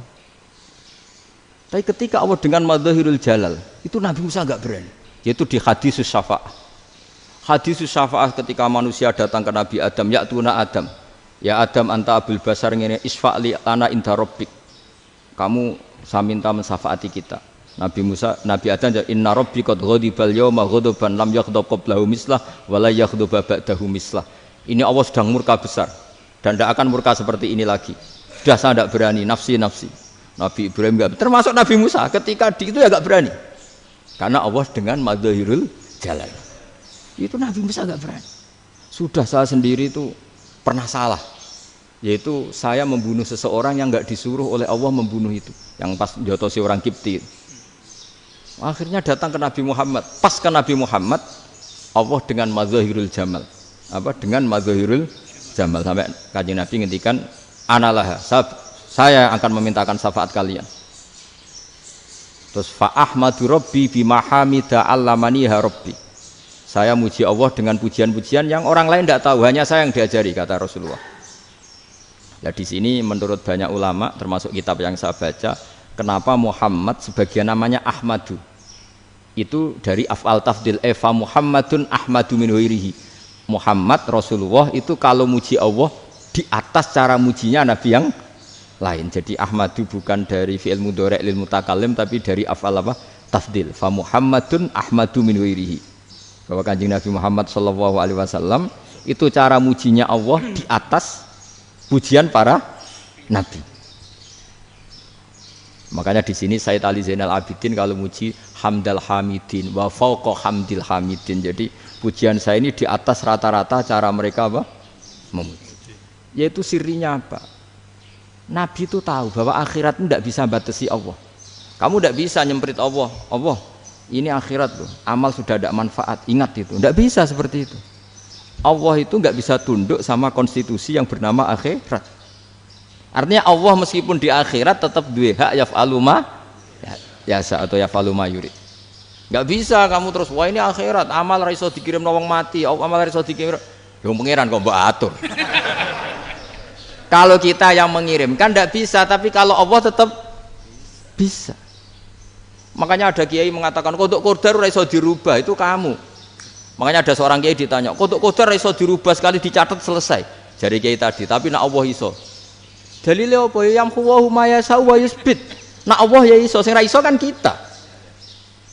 Nah, Nabi itu tahu betul meskipun akhirat itu Allah masih bisa dinego saking baiknya. Akhirnya Nabi sujud, masyhur itu terus, ya Muhammad irfa' ra'sak wasal tuqa wasatu safa. Semat sirahmu angkat, kunjuk apa tak turuti. Terus semenjak itu Nabi minta apa? Syafa. Artinya apa? Ketika Nabi lain berpikir bahwa akhirat ini membatasi amal karena sudah Nabi tahu betul kalau Allah tetap Allah yang enggak terbatas kekuasaannya, enggak terbatas rahmatnya juga saat di akhir. Makanya disebut fa Muhammadun ahmadu min ghairihi. Makanya wa mubasysyiran bi rasuli ya'ti mim ba'di ismuhu Ahmad. Jadi makanya terus banyak GNU sing macam-macam lah. Sing ana sing potongane wedi terus hati-hati. Niku berarti makome madzahirul jalal.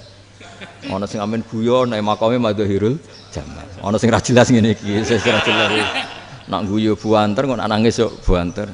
Jebule urusan utang. Lah ini sudah yang udah. Jadi makanya yang rileks saja. Sebenarnya agama ini santai, rileks, karena agama ini harus bifarohin wasururin. Enggak boleh agama ini dibawa dengan kekerasan, dengan antisosial. Karena agama ini harus kul bi fadlillah bi rahmati fa bidzalika falyafrahu, harus senang, harus rileks. Makanya saya jadi kiai itu senang takutnya gini. Sekali saya tidak senang jadi presiden buruk. Ternyata jadi wong alim ora enak, itu contohnya. Sampean merengut terus uripe susah, nanti orang tidak berani jadi orang alim. Makanya saya buktikan bahwa saya lebih bahagia dibanding rektor. Nanti orang ingin jadi rektor semua, nggak ingin jadi orang alim. Saya pernah ketemu sekian rektor di Jogja tanya, Gus, kenapa jenengan bela-belain pesantren sampai segitu? Kan keren kampus NU, sekarang ada Unisma, ada NU Jogja, ada NU Jepara gini. Terus tak bilangin gini, sampai rektornya itu istighfar. Gitu. Saya bilangin gini, ini sekaligus tak kasih tahu ini rektor Unisma ini. Tak bilangin gini, andai kan tidak ada kiai kayak saya itu Islam bisa tutup. Katanya. Kok bisa Gus? Misalnya ada perempuan haid faqal adat. Itu kalau untuk tahu hukumnya haid daftar dulu ke Unisma. Daftar dulu kan? Setelah daftar nunggu pelajaran haid. Baru tahu haid setelah 3 tahun dari masalahnya gitu. Tapi baru kayak kiai ketemu saya di jalan, Gus anak kula nu haid ngeten-ngeten mboten normal hukumnya piye? Oh hukumnya ngene dibalekno ning adat. Ora usah registrasi, ora usah daftar. Jadi ya harus ada istighfarnya lah. Unisma juga harus istighfar, semuanya harus istighfar. Karena ada sisi yang nggak mewakili kebutuhan Islam. Tapi saya sebagai kiai juga istighfar. Karena fakta hukum mengatakan yang boleh jadi KUA yang jabat, yang boleh kemenak yang punya gelar. Dan ini yang mengawal Islam secara undang-undang karena mereka yang bikin. Nah, karena kiai tidak punya gelar tidak bisa jabat di situ. Saya juga istighfar. Jadi tidak sampai entok yang istighfar. Karena yang kebutuhan ini terwakili yang punya gelar. Tapi yang punya gelar juga harus istighfar tadi. Mosok kepen roh hukum haid dengan ini kuliah se. Ngentek itu aja nanti nunggu guru yang pas mata pelajaran itu. Ya, terus kapan dekne salate wong jawabannya belum ketemu. Tapi baru kayak saya kan ketemu di jalan tanya. Terus saya sering ketemu. Gus saya ini bapak angkat. Mau nikahkan putri saya itu gimana itu kalau cerita wali sebenarnya anak saya sok, kalau nggak cerita nggak sah karena saya bapak angkat. Itu banyak. Hanya tak akali ya sudah wali yang sebenarnya taukil pada hakim tanpa diketahui, tapi hakikatnya itu taukil hakim. Itu kan tidak gampang. Nah, tapi kalau tanyanya di kampus registrasi dulu, daftar dulu, baru tahun berapa ada pelajaran itu? Semester 5 baru tahu. Iya kan? Semester 5 ya? Iya. Oh, itu kan. Jadi jangan kira terus sistem Unisma itu yang terbaik di dunia, tidak juga kan, tidak juga. Dan sistem-sistem yang lain maksudnya ada. Tapi sistem kiai loh, Bamun juga sering pesen saya, kowe kudu seneng pegawai negeri, piye-piye sing jaga agama pegawai negeri. Kemarin pas acara 7 harinya Gus Roba sama matur itu di depan para kiai. Setelah saya jadi kiai ya itu nyata. Islam di Papua, di NTT yang bawa siapa? Dokter negeri, ya kan? KUA negeri, barokahnya mereka negeri dijamin negara kan, barokahnya Muslim berkebutuhan Islam, akhirnya bikin musola di situ, bikin masjid. Bahkan di Korea Utara itu ada masjid bawaan duta besar, karena banyak duta besar Muslim berkebutuhan masjid. Yang bisa gini itu yang negeri apa yang swasta? Negeri lah. Di sini kiai tidak mewakili semua kebutuhan apa? Islam. Tapi kampus juga enggak, kampus Islam sekalipun tidak memenuhi semua kebutuhan Islam tadi. Masa orang tanya kan nunggu semester berapa tadi? Semester 5 masih daftar dulu. Nunggu pelajaran itu. Payahnya pas ketemu dosennya, wong saya tidak pernah kan ribet kan pas dosennya cowok gitu. Jadi sudahlah, makanya ini. Iya, makanya ini kan bentuk kearifan lah. Jenengan ngakui fungsi kiai kayak saya itu bentuk kearifan. Saya juga ngakui jenengan ini butuh kearifan. Saya sering didolani KUA itu rata-rata ya didikan kiai. Kompilasi hukum Islam itu banyak ya, janda cantik. Contohnya harus cantik, kalau jelek nggak mungkin terjadi kan. Ada janda cantik kebetulan suka kawin tapi takut zina. Saya ulang lagi, suka kawin tapi takut. Itu seringnya gitu Pak Rektor. Jadi dia kawin bosen, bilang ke KUA, Pak saya sekarang mau nikah sama ini. Loh, tapi kamu mau punya suami. Ya tapi kan nggak tercatat Pak. Itu KUA-nya rata-rata itu nggak berani. Meskipun nggak tercatat, karena secara fikih meskipun nggak tercatat tetap dia seorang perempuan yang bersuami, maka nggak boleh nikah sama orang lain. Jadi coba kalau nyuwun sewu KUA hanya ngikuti hukum formal, yang penting di catatannya nggak punya suami, ya dinikahkan saja kan. Tapi mereka enggak, karena didikan kiai nggak berani. Artinya gini, kalau hanya pro hukum catatan sipil, maka ini dinikahkan bisa karena nggak tercatat. Tapi secara hukum santri nggak bisa dong menikahkan perempuan sing dzati zaujin yang punya suami.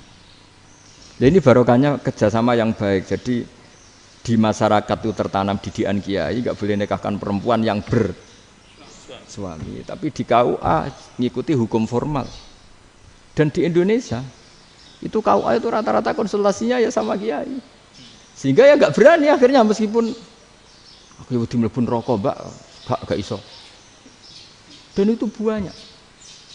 Seorang lagi ya, makanya ini kan pesantren itu nggak boleh mati. Orang kiai-kiai kayak saya nggak jelas-jelas itu harus lebih jelas lagi.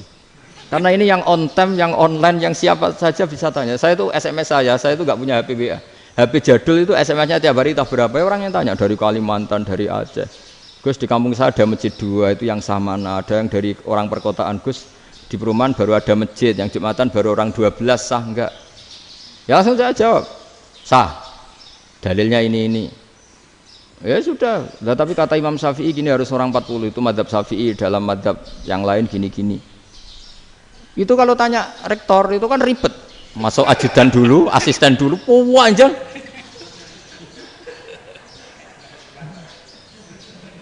Wah itu kan ribet kan?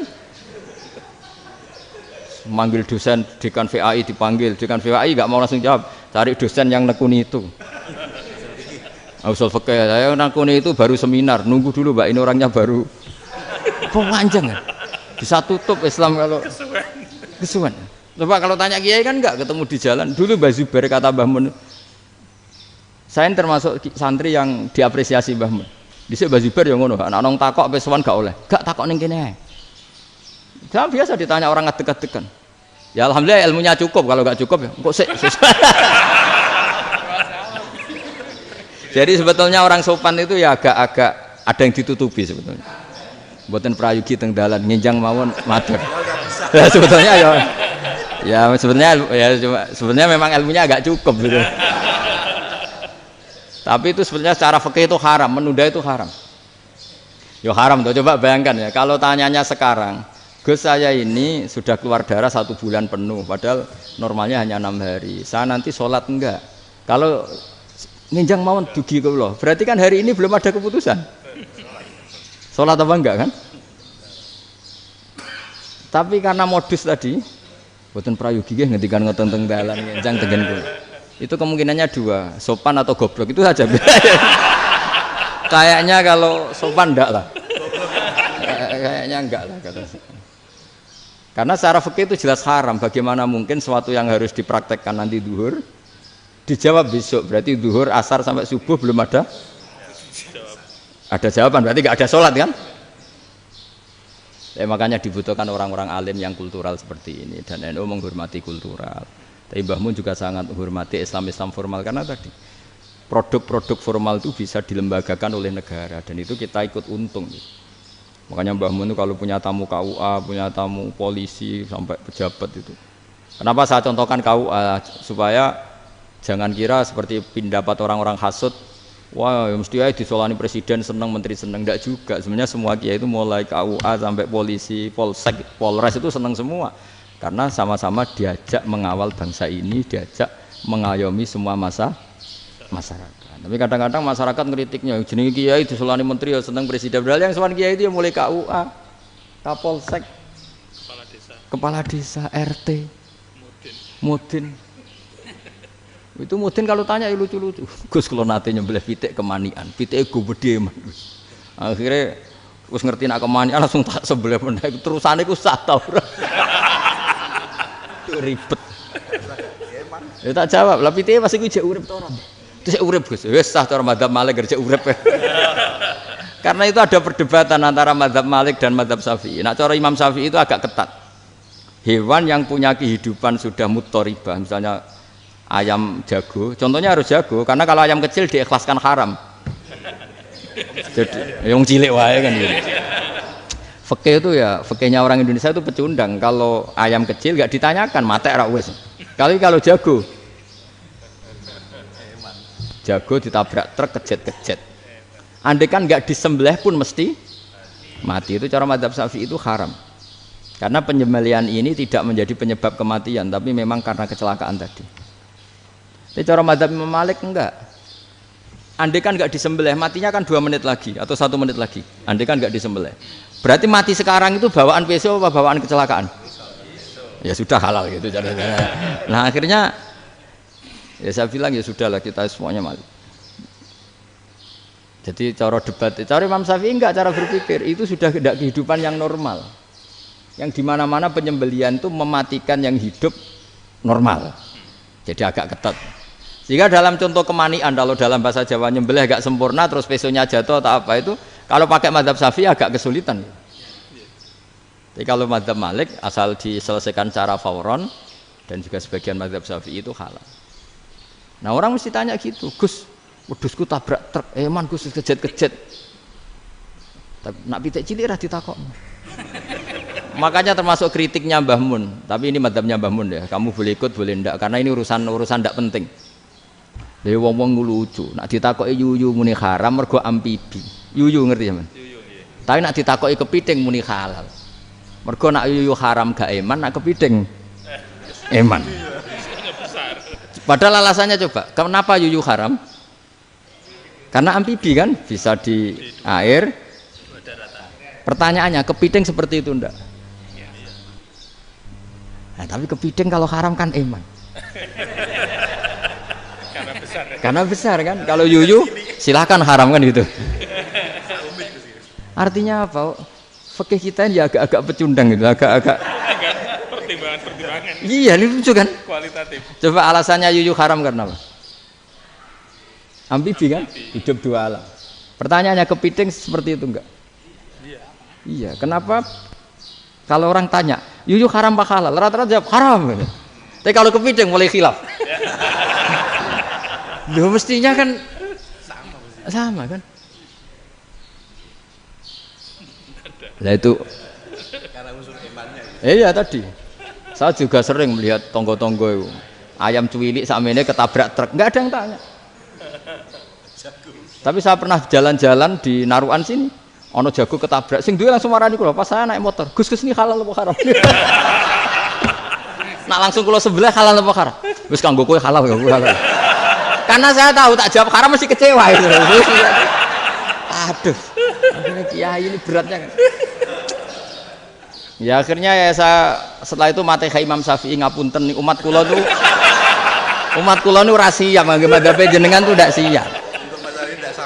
Iya kan akhirnya pakai madhabnya Imam Malik tadi. Ya tak Fatihah Imam Syafi'i ini mboten niat nglawan jenengan. Tapi ngobati tiang eman.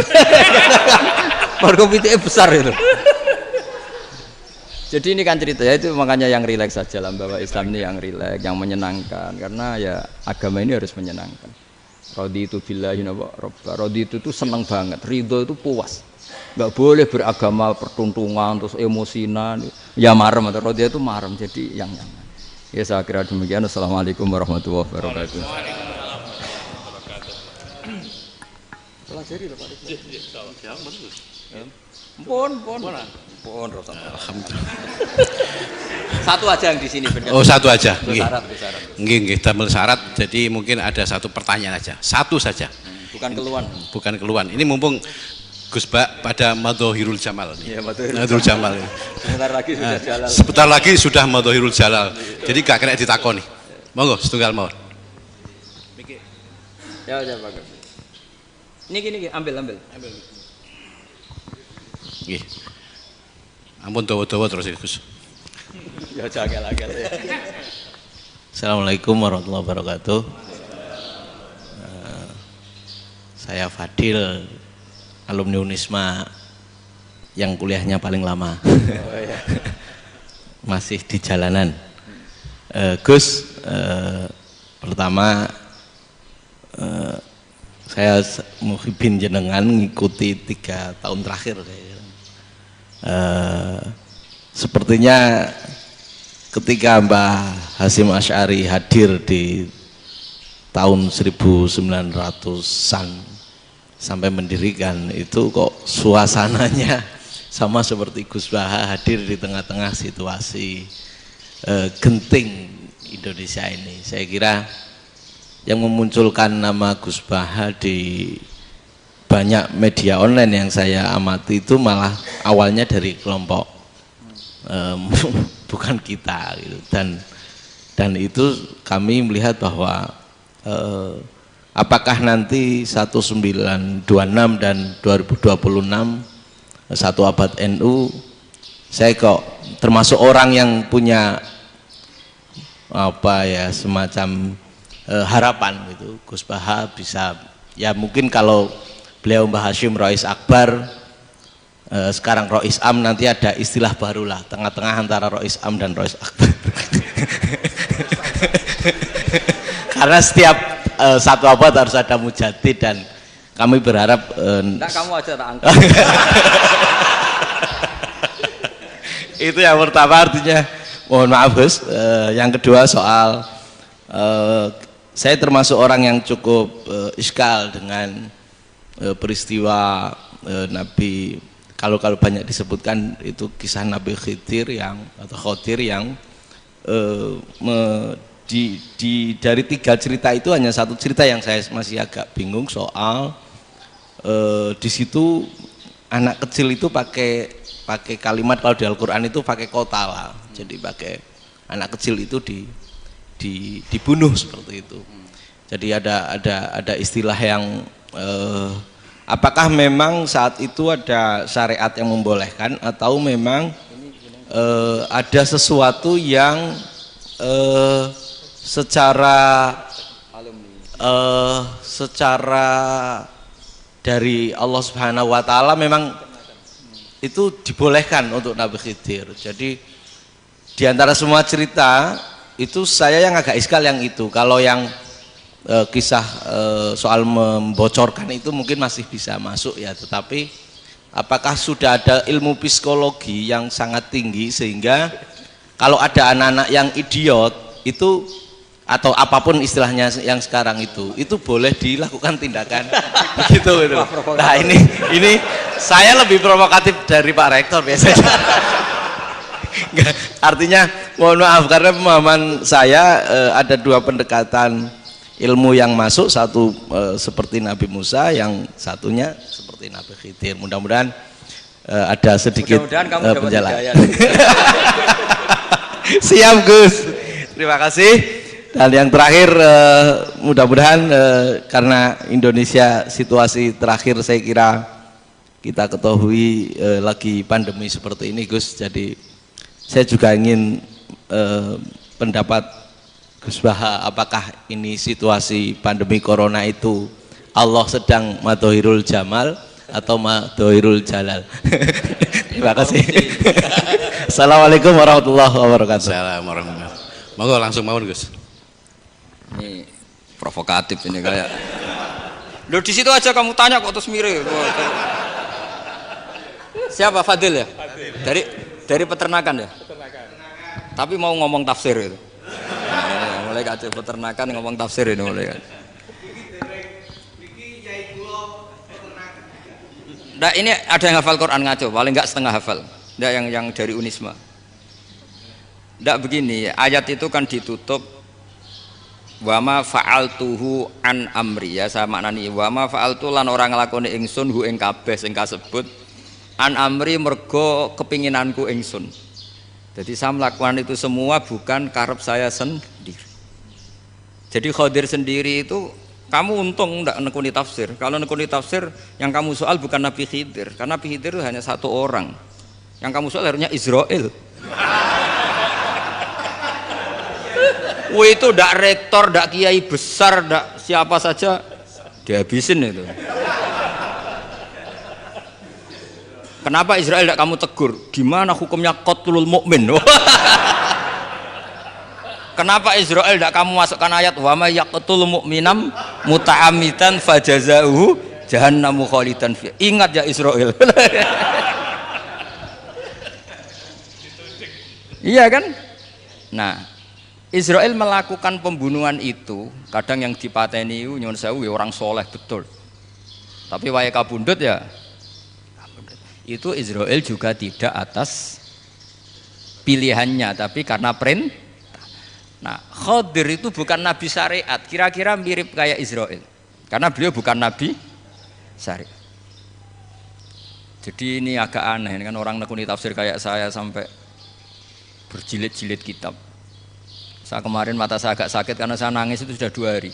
Bukan mikir sampean tapi mikir ilmu ini harus ada yang mempertahankan. Karena apa ya, nekuni ilmu itu kan ribet. Kalau yang nekuni ilmu terus dosen terus rektor itu ya agak ada fasilitasnya. Kalau nekuni ilmu kiai itu naruh keramat kan taqabbala wa minna minkum taqabbal ya karim. Iya, tapi saya alhamdulillah keramat jadi ya tetap hidup itu. Saya ulang lagi ya. Harusnya Mas Fadil itu kalau nekuni itu yang disoal tuh Nabi Khidir. Nabi siapa? Apa malaikat siapa? Israel. Karena itu korbannya lebih banyak. Pertanyaannya, Israel kena enggak oleh aturan ayat wa may yaqtul mu'minam muta'ammidan fajazahu? Kan enggak. Karena semua itu wa ma fa'altuhu an amri. Saya lakukan ini. Mungkin ngaji kamu enggak khatam sih mau delok fakotalah itu. Itu Nabi Khidir pasti tersinggung, enggak baca belakangnya itu. Ya karena jurusan peternakan itu. Atau salah gurunya yang ngajar. Ya. Daripada nyalakan satu orang mendingan dua ya. Jadi kalau ngaji itu khatam sehingga ngerti ayat itu kan ditutup wa ma fa'altuhu an amri. Nah, menurut Ibnu Hajar Al-Asqalani yang nyarai Bukhari dan ketika itu cerita tafsir ayat itu, wa hadza dalilun ala anna Musa afdhali minal Khadir. Justru ayat-ayat itu menunjukkan Musa itu lebih utama ketimbang Nabi Khidir, karena Nabi Khidir monoton melakukan apa saja yang diperintahkan Allah, sementara Musa tetap dengan gugatan syariatnya. Beliau gak terima ada orang main membunuh. Aqtal tanafsan zakiyatan bi ghairi nafs laqad ji'ta syai'an nukra. Nah, sur'atu Musa ila nahyil munkar itu menunjukkan beliau Nabi ulil azmi. Jadi Nabi Musa langsung sikap, wah ini tidak benar kamu, padahal sudah ada perjanjian kamu tidak boleh bantah. Tapi Nabi Musa lebih ngeboti syariat, lebih memihak syariat, nahi mungkar itu wajib. Justru itu menunjukkan derajatnya Nabi Musa fauqal Khadir. Makanya Nabi Musa tetap gugat, nggak bisa dong, ini nafsan zakiyatan kok kamu bunuh. Maka itu jadi ilmu. Nabi Khidir pada akhirnya nyuwun sewu ya tidak bisa jawab. Makanya beliau menutup wa ma fa'altuhu an amri. Sebenarnya saya sendiri itu ya tidak punya alasan. Jadi kalau Israel kamu tanya, ini gimana ini wong melarat mulai cilik, meh sugih mbok pateni. Mbok yo baro ben sempat sugih itu. Ini kuliah paling lama urung sempat urip penak. Nah itu kan mbok yo mateni wong kira-kira lah nek wis sempat mapan sempat. Lu andai kan Israel pakai aturan syariat kan mateni orang kan ya dikira-kira lah. Jadi itu tidak ada hubungannya tadi dengan ilmu yang kamu katakan urusan psikologi, anak itu tetap semuanya haram dibunuh, nggak boleh. Ya jadi tetap, makanya ini pentingnya ngaji khatam itu tadi. Jadi pada akhirnya Nabi Khidir itu ada punya alasan, hanya ngendikan wa ma fa'altuhu an amri. Pada akhirnya yang paling pokok yaitu semua ini saya lakukan, saya sendiri itu tidak tahu karena perintah. Jadi untung kamu gak nyoal Israel. Kalau nyoal diincem ribet kan. Ini orang tadi pas seminar Gus Bak ngeritik saya. Wah. Jadi itu pinter kamu. Yang kamu soal Nabi Khidir. Jadi enggak itu. Ya kalau nyoal Israel resiko tinggi itu, resiko tinggi. Tapi yang jelas gitu ya. Makanya tradisi pesantren seperti ini harus terus karena yang punya tradisi khatam. Saya tuh kalau ngaji kitab tidak khatam tuh tersiksa karena tadi kadang-kadang yang depan-depan tuh tidak jawabannya di belakang ya tadi wa ma fa'altuhu an amri dzalika ta'wilu ma lam tasti alaihi sabra. Jadi ya sudah kira-kira seperti itu. Wajar kamu tidak sabar, wajar kamu tidak itu memang saya sendiri sebenarnya juga paham itu. Jadi ya, cara basa Jawa niku wajar saya musakira paham. Jadi aku dhewe ku ya ora paham. Wong aku ya mau nglakoni gitu. Jadi sebetulnya sama-sama ada itu kan. Ini jenis wa ma fa'altuhu an amri. Udah ya? Ya sudah. Sudah ya? Nggak perlu dijawab katanya beliau. Baik Bapak Ibu semuanya yang saya hormati, dan saya tidak harus menyimpulkan karena kalau menyimpulkan malah itu menduguri ulama kan gitu. Itu enggak tawadhu lagi malah itu, khawatir kualat kalau. Baiklah mungkin hanya kita tutup dengan berdoa yang dipimpin oleh Gus Bah. Nggih mboten napa-napa dan setelah itu nanti kita foto bersama nonton. Al-Fatihah.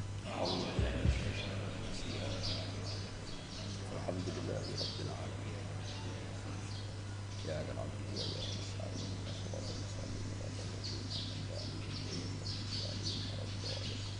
Nahmaduka ya ghafur ya syakur wa salli wa sallim ala sayyidina Muhammad wa ala alihi wa sahbihi ajma'in. Allahumma ij'alna mutawaddina fika mutahabina fika mutabadilina fika mutanasirina. Waj'alna ya Allah mimma yaj'aluka samadana wa maqsudana. Fardhu anna ya Allah lakal hamdu ya radita wa lakal hamdu fa'tarida wa lakal hamdu hatta tarda. La nuhsi tsana'an 'alaika anta kama athnayta 'ala nafsi.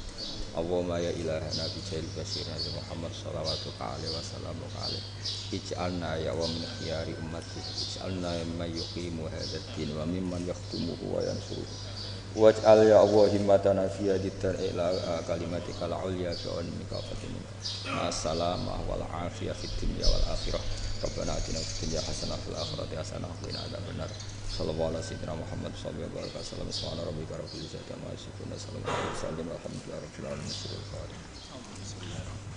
Bismillahirrahmanirrahim. Matur suwun sanget Gus Baha, dan alhamdulillah kita bisa melaksanakan acara pengaji pagi ini sesuai dengan jadwal. Dan saya sebagai pembawa acara atau etok-etok moderator, mohon maaf bila mana ada kesalahan dan khilafan. Terima kasih. Wassalamualaikum warahmatullahi wabarakatuh. Berikutnya, selamat datang di Universitas Islam Malang, universitas unggul dengan sistem perkuliahan yang menyenangkan, disertai internalisasi nilai-nilai Islam aswaja. Berbagai pilihan program studi ditunjang dengan laboratorium yang modern, serta didukung dengan tenaga ahli yang berkompeten. Pendidikan karakter dan pengembangan soft skill melalui berbagai kegiatan organisasi yang mampu meraih banyak prestasi. Unisma memiliki fasilitas kampus yang lengkap, menjalin hubungan kerjasama nasional dan internasional demi mempersiapkan lulusan berkompetensi plus, berdaya saing, dan berkarakter Islami. Saya merasakan pendidikan tinggi Islam yang maju dan modern di sini. Mari bergabung bersama kami mewujudkan World Class University Unisma.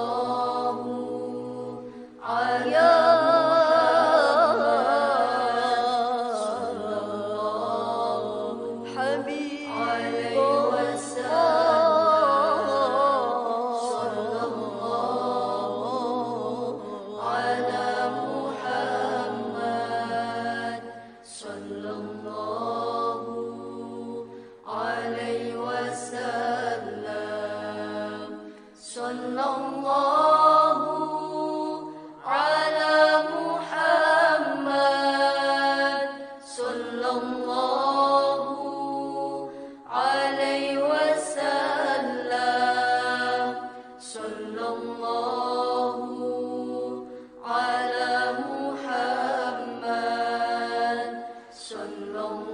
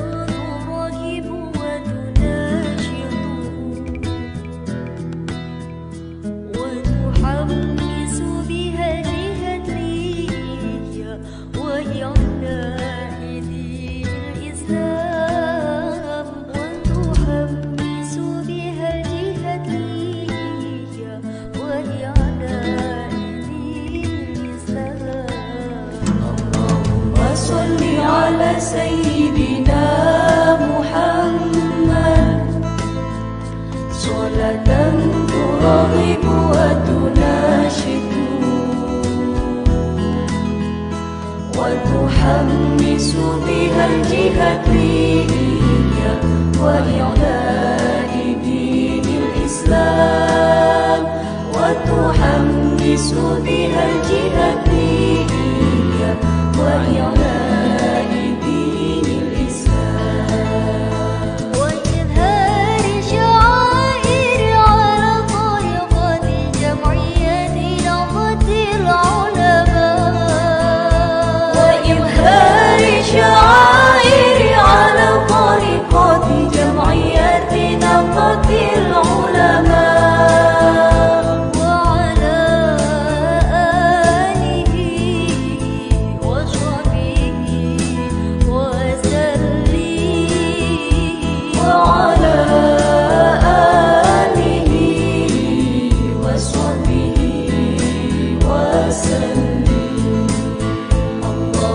صل على سيدنا محمد صلاة ترغب وتناشد وتحمس بها الجهادية وإعلاء دين الإسلام وتحمس بها الجهادية وإعلاء دين الإسلام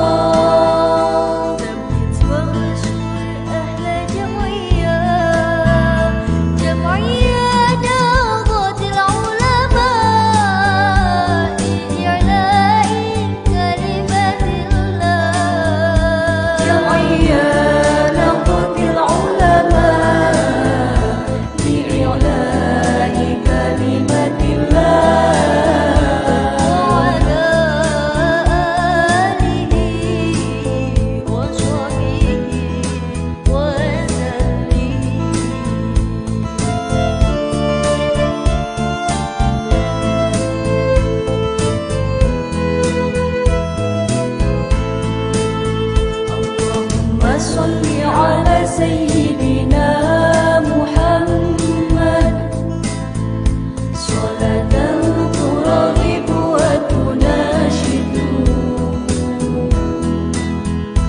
وتحمس بها الجهادية وإعلاء دين الإسلام وتحمس بها الجهادية وإعلاء دين الإسلام